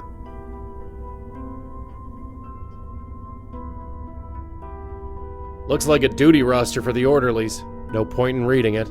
I'll become very familiar with the staff here after a few years.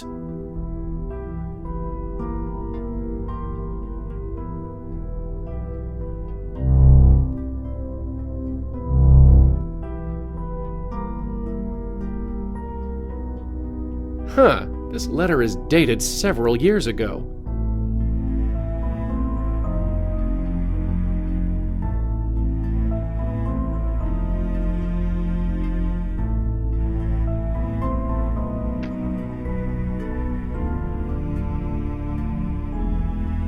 It's the way out.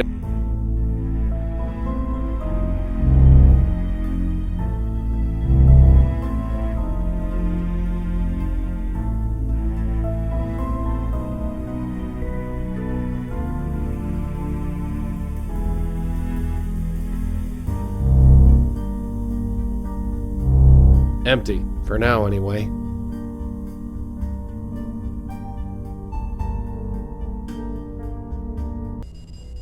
Eh? Hello? Hey. Yes. Hey, I did some research. Kinda. You're Benjiro, aren't you? Benjiro?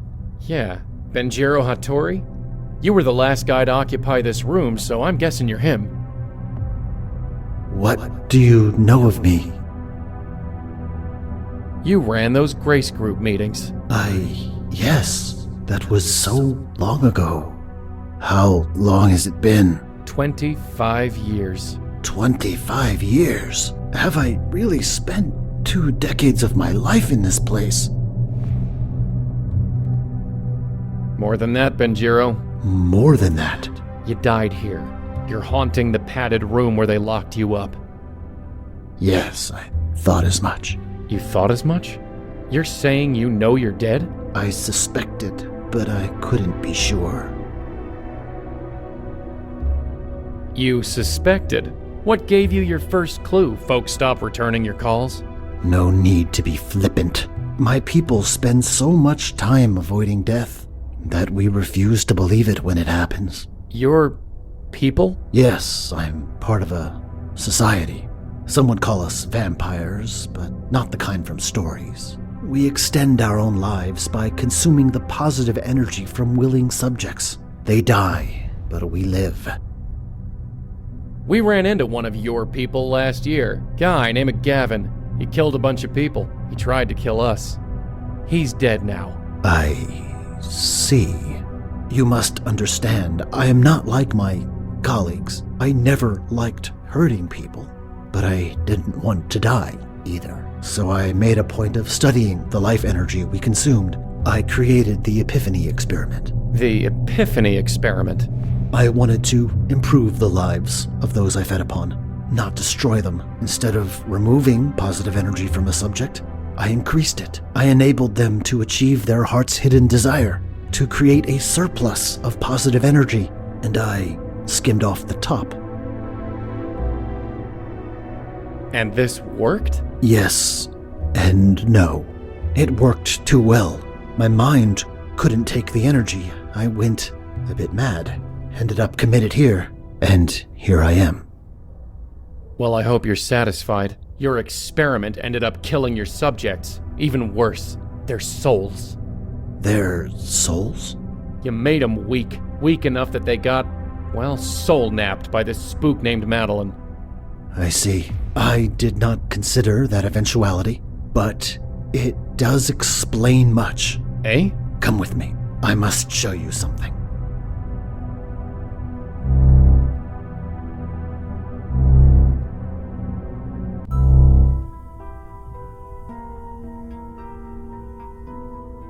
Whatever that thing is, I can't reach it from here. I don't know what that is, but it can't be good. That vortex. I witnessed its formation. I did not believe what I was seeing. Why? What is it? Energy is siphoning through the void at an alarming rate. Something is calling it, drawing it like a beacon. Something with enormous power. Something, huh? And what is this something? I cannot say, but don't you recognize the location? That vortex is over Grace Church. Madeline. Yes, if she has harnessed as much energy as you say, that is the only answer. But why would she do such a thing? What she is doing will destroy her soul, rip it into shreds. She said she wanted to stop existing. I guess this was her backup plan. Good riddance. You don't understand. This energy, it won't stop at just her. It will expand until it dissipates. It could destroy every soul, living or dead, within a 10-mile radius. Of course it will.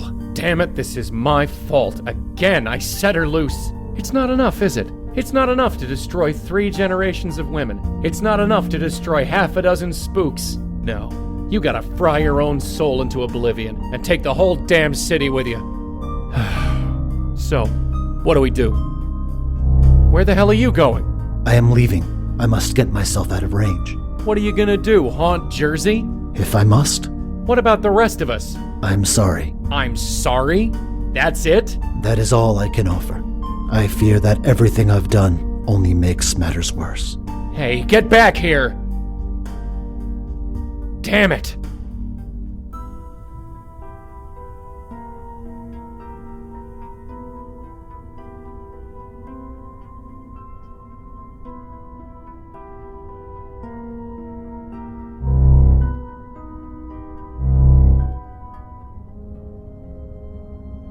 Red? It's me. Are you even in there? Are you somewhere else? You're still breathing. You're still alive. I figure somehow, maybe you can hear me. Maybe I'm wrong, but talking is all I'm good for these days, so what else can I do? You gotta wake up. Things are bad out there. Really, really bad. So bad that I'm not sure we can stop it. But we gotta try. We're the only ones who can. You understand? It's gotta be the both of us. Because let's face it, I'm nothing. Just a gust of wind. I don't know what to do. Just get up. Get up, and we'll fix this. Somehow, I promise. Please? Please? Did you hear that? No. Just get up. Are you hearing that? Get up, and we'll fix this. I don't hear anything. I think... Somehow, I promise. I really think... Please? You okay? I'm fine. I'm gonna look around. Sure, kiddo. I'm not going anywhere.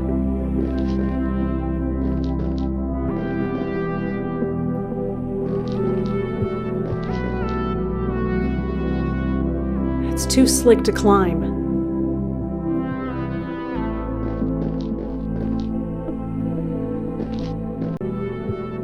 Auntie?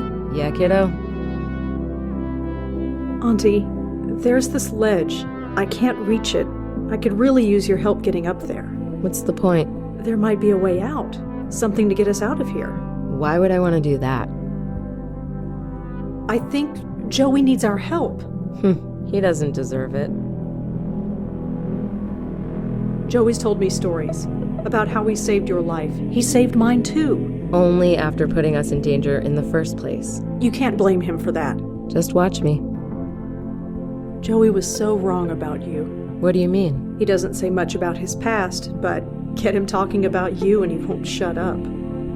You should be more like Lauren, Red. Your aunt wouldn't take that from nobody. He didn't mean to, but for years he made me feel like I couldn't measure up, that I was nothing, insignificant when compared to you. But he really didn't know you, did he? You don't actually care about anything. How could I? Joey's voice in my ear, always pushing me, following me around like a lost puppy, and all those ghosts, night after night after night. I just got numb. Then my brother died. I decided I could do something good for once. Something real, something tangible. That something was raising you. So don't you dare throw that in my face. I'm sorry, Auntie, but I can't believe that. If you really cared, you'd fight. You'd help me. You never were this stubborn as a 5-year-old. I grew up. So, are you married? Kids? No. Dating anyone? Is this really the time for this? I have to ask this stuff. It's in the aunt manual. No, I'm not saying anyone. Did you save anything from back then? When you lived with me? I have some pictures, and I still have that teddy bear. Really? Did it work? Work? I thought it would help prepare you. Prepare me? How? You know, the hat and tie. You're kidding. So it didn't work. No, it didn't work. Well, I was new at the mom game. Sue me. So how is Joey these days? He's Joey. Huh, I guess that says it all. Come on, let's move it.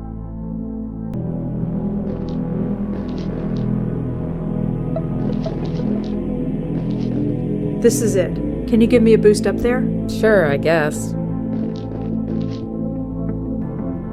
You've gotten bigger since I last saw you. Here.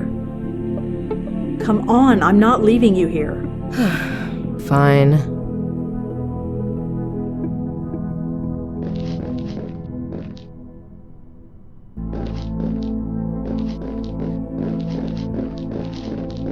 Auntie, are you okay? Nothing, it's just... Auntie! What? We need to keep moving. It hurts. Don't you feel it? Yes, but I can't stay here, and neither can you.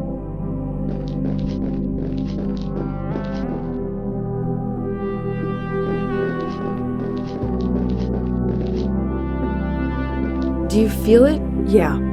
Let's keep moving.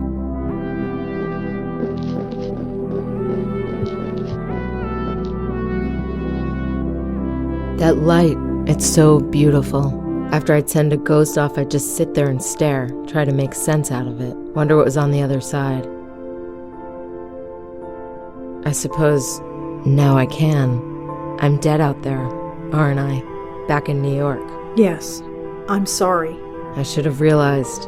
I've had this conversation so many times.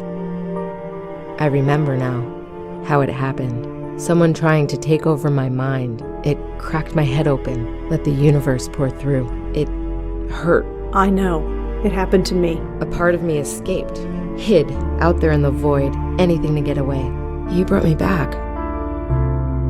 We brought each other back.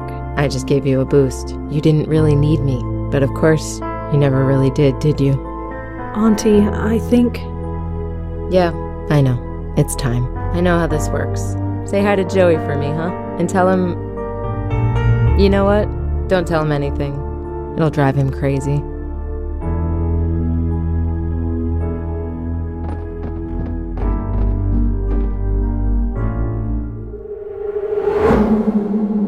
Ow! Holy Jesus! Red? Is that you? Joey? Oh my god, my head. You're back? You're really back? I think so. Where am I? And what am I wearing? Short version, you're in the loony bin. You wouldn't believe what's going on out there. Mallone is pulling energy through the void. This will create a spiritual explosion that will destroy all souls within range. Yeah? How'd you know that? I think it's the universe pouring into my head. What now? It is how both Lauren and Patricia met their end. Their minds could not take the pressure. Their souls hid in the void until they died.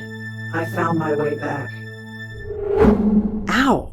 You're not gonna relapse, are you? No, it's bad, but not as bad as before. I can control it. Kind of. Well, we'll deal with that later. Can you get out of that jacket? No. Okay, first things first, let's get you out of here. And Red? Yeah? Don't you dare scare me like that again.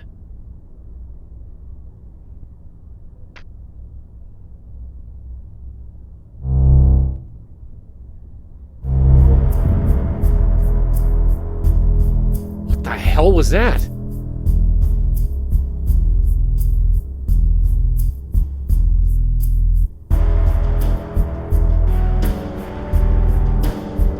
He's unconscious.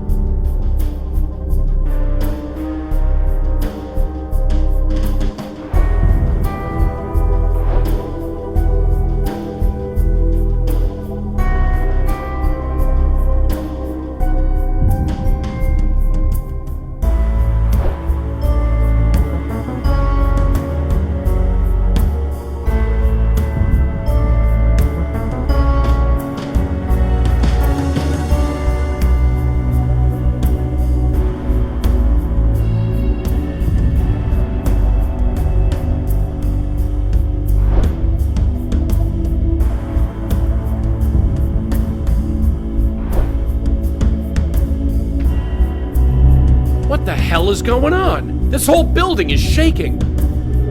This is starting. The effects of the void energy are taking root. The entire city has fallen unconscious. We are the only ones awake. We're the only ones? Why? We have both been to the void. We are immune to most of its effects. But we will not survive if and when the energy reaches critical mass. Ow! Damn it! Alright, this new ability of yours, scaring the crap out of me. Still, one crisis at a time. We need to get you out of here. Ugh, I can't reach it. Ugh, come on, Rosa, move. Oof, almost moved that time. Come on, you can do this. Okay, I'm mobile. Kind of.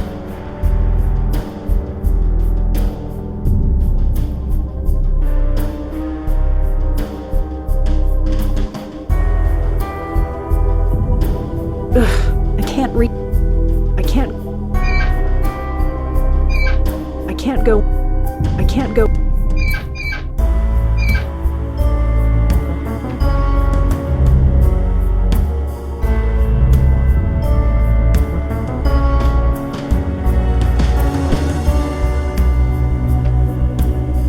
I can't go any further.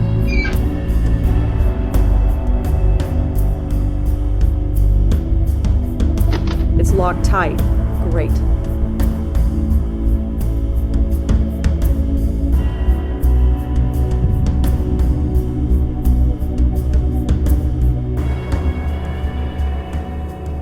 Soft but tough. I'm not getting through here with my bare hands.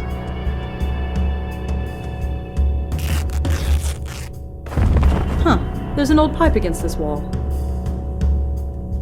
There's no way I'm cutting through that.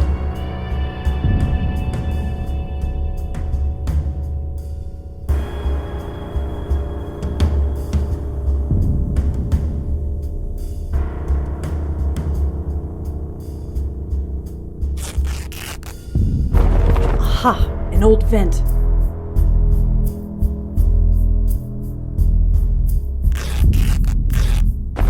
Nothing. Just concrete. It's a sturdy pipe.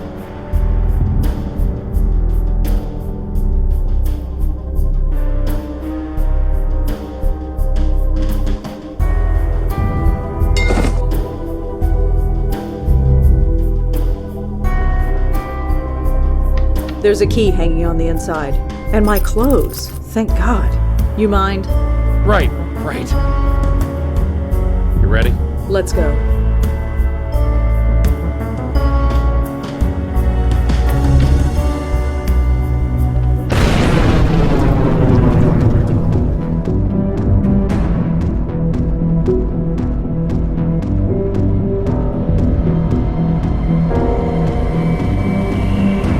It's growing in power. We don't have much time.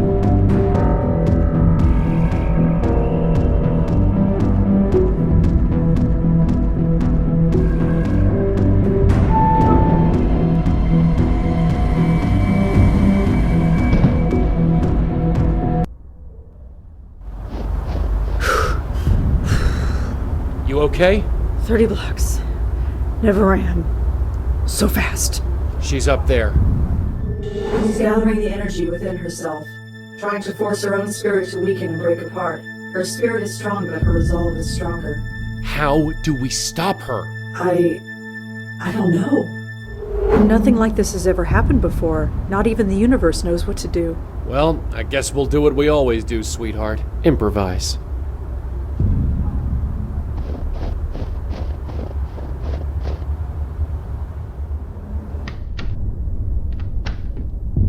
Jesus, he's still here?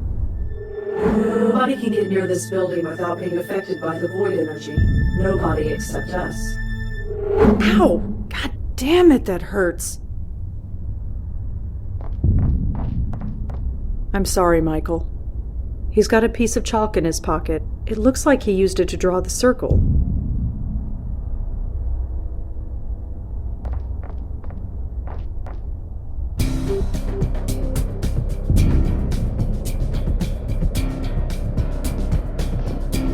Madeline! You! How on earth did your mind survive? Your head must be absolutely splitting. It's over, Madeline. Indeed. I have wanted it to be over for a long, long time.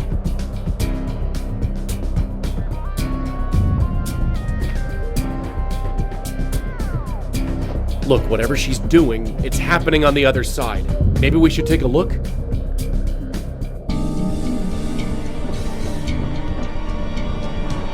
It's the exit ramp out of this existence. Whatever lies beyond, who can say?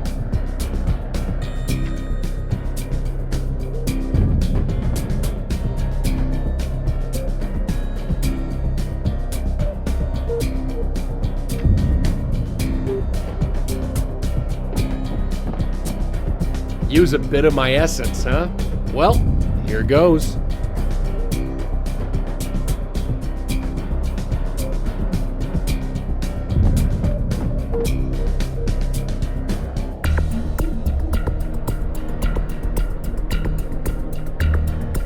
Are you trying to use my own essence on me? Yeah? Such an action speaks of desperation. It will not be long before you will not need to worry about such things. Are you such an...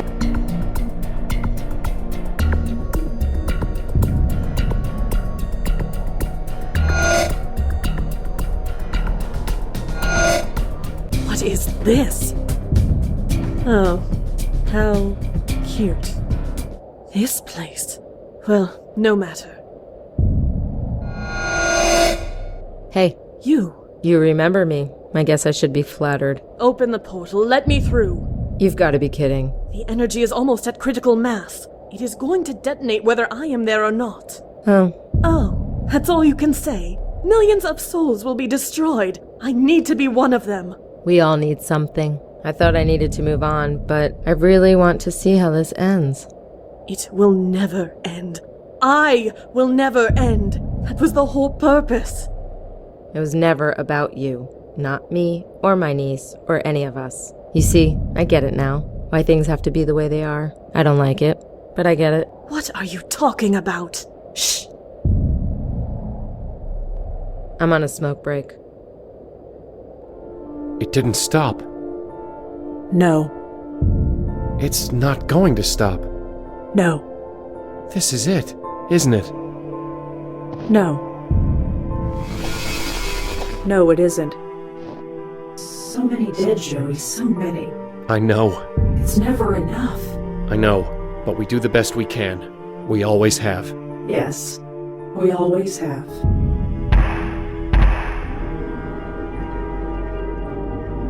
What the?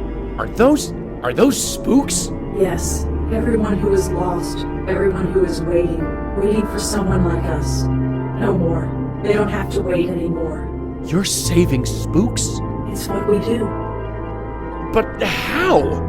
That vortex, it was creating a massive spiritual energy. I'm reversing it, making it pull in spiritual energy instead of pushing it out. You can do that? I can now. You see, it's not about you or me. It's about everyone.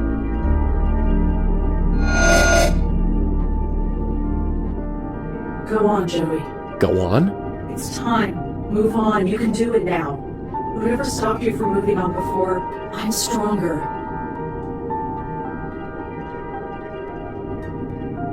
It's not working. What? I said it's not working. It won't let me go. Try it now. I'm sorry, sweetheart, but I'm still stuck. Not even the power of the universe inside your head can help me move on.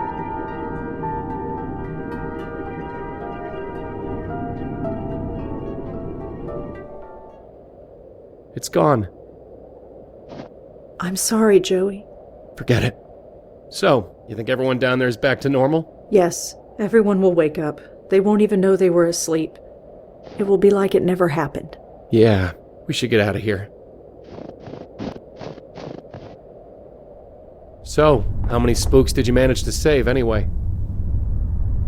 All of them. All of them? Yes.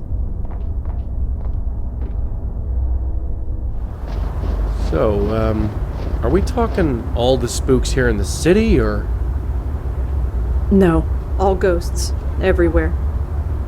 Except for me. Except for you. That's... I know.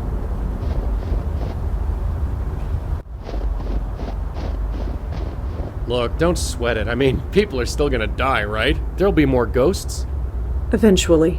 Right, so when that happens, it'll be business as usual. I guess. But in the meantime, we're free. Free? Yeah, how about a movie or something?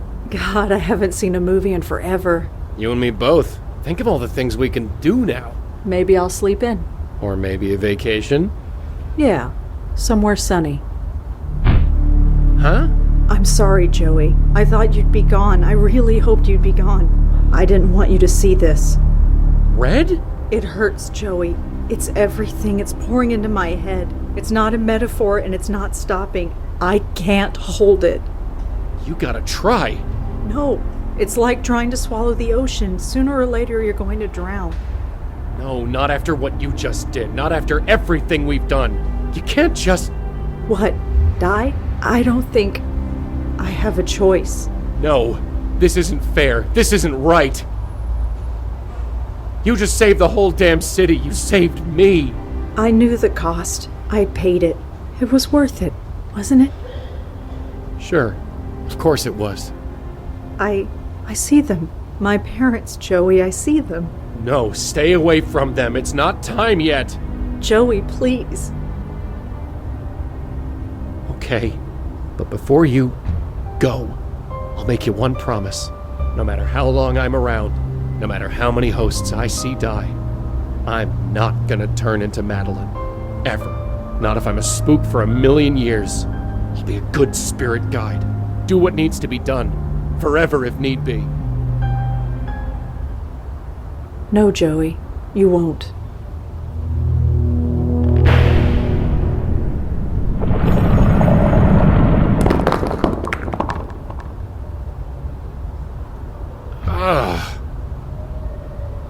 What the... What did you... How? Red? Sweetheart? Rosa? Why the hell did you do this? Here. Go on, take it. Take it. Just...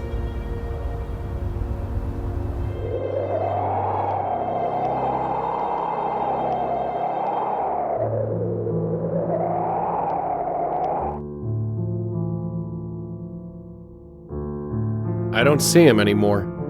I've tried, you know. I've looked. There was this pileup on the West Side Highway last week, and now people say they hear crying. So I went over there. I didn't hear or see anything. I'm normal.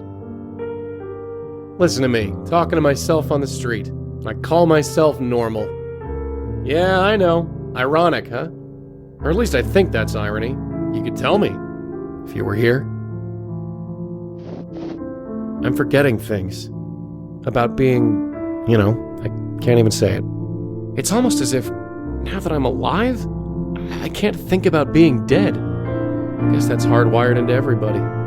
Turns out I'm just like everyone else in the end. But I get it now.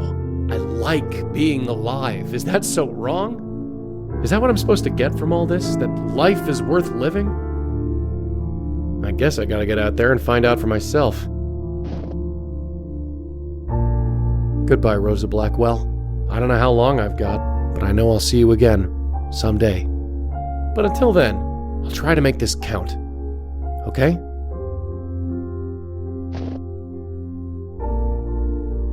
Okay.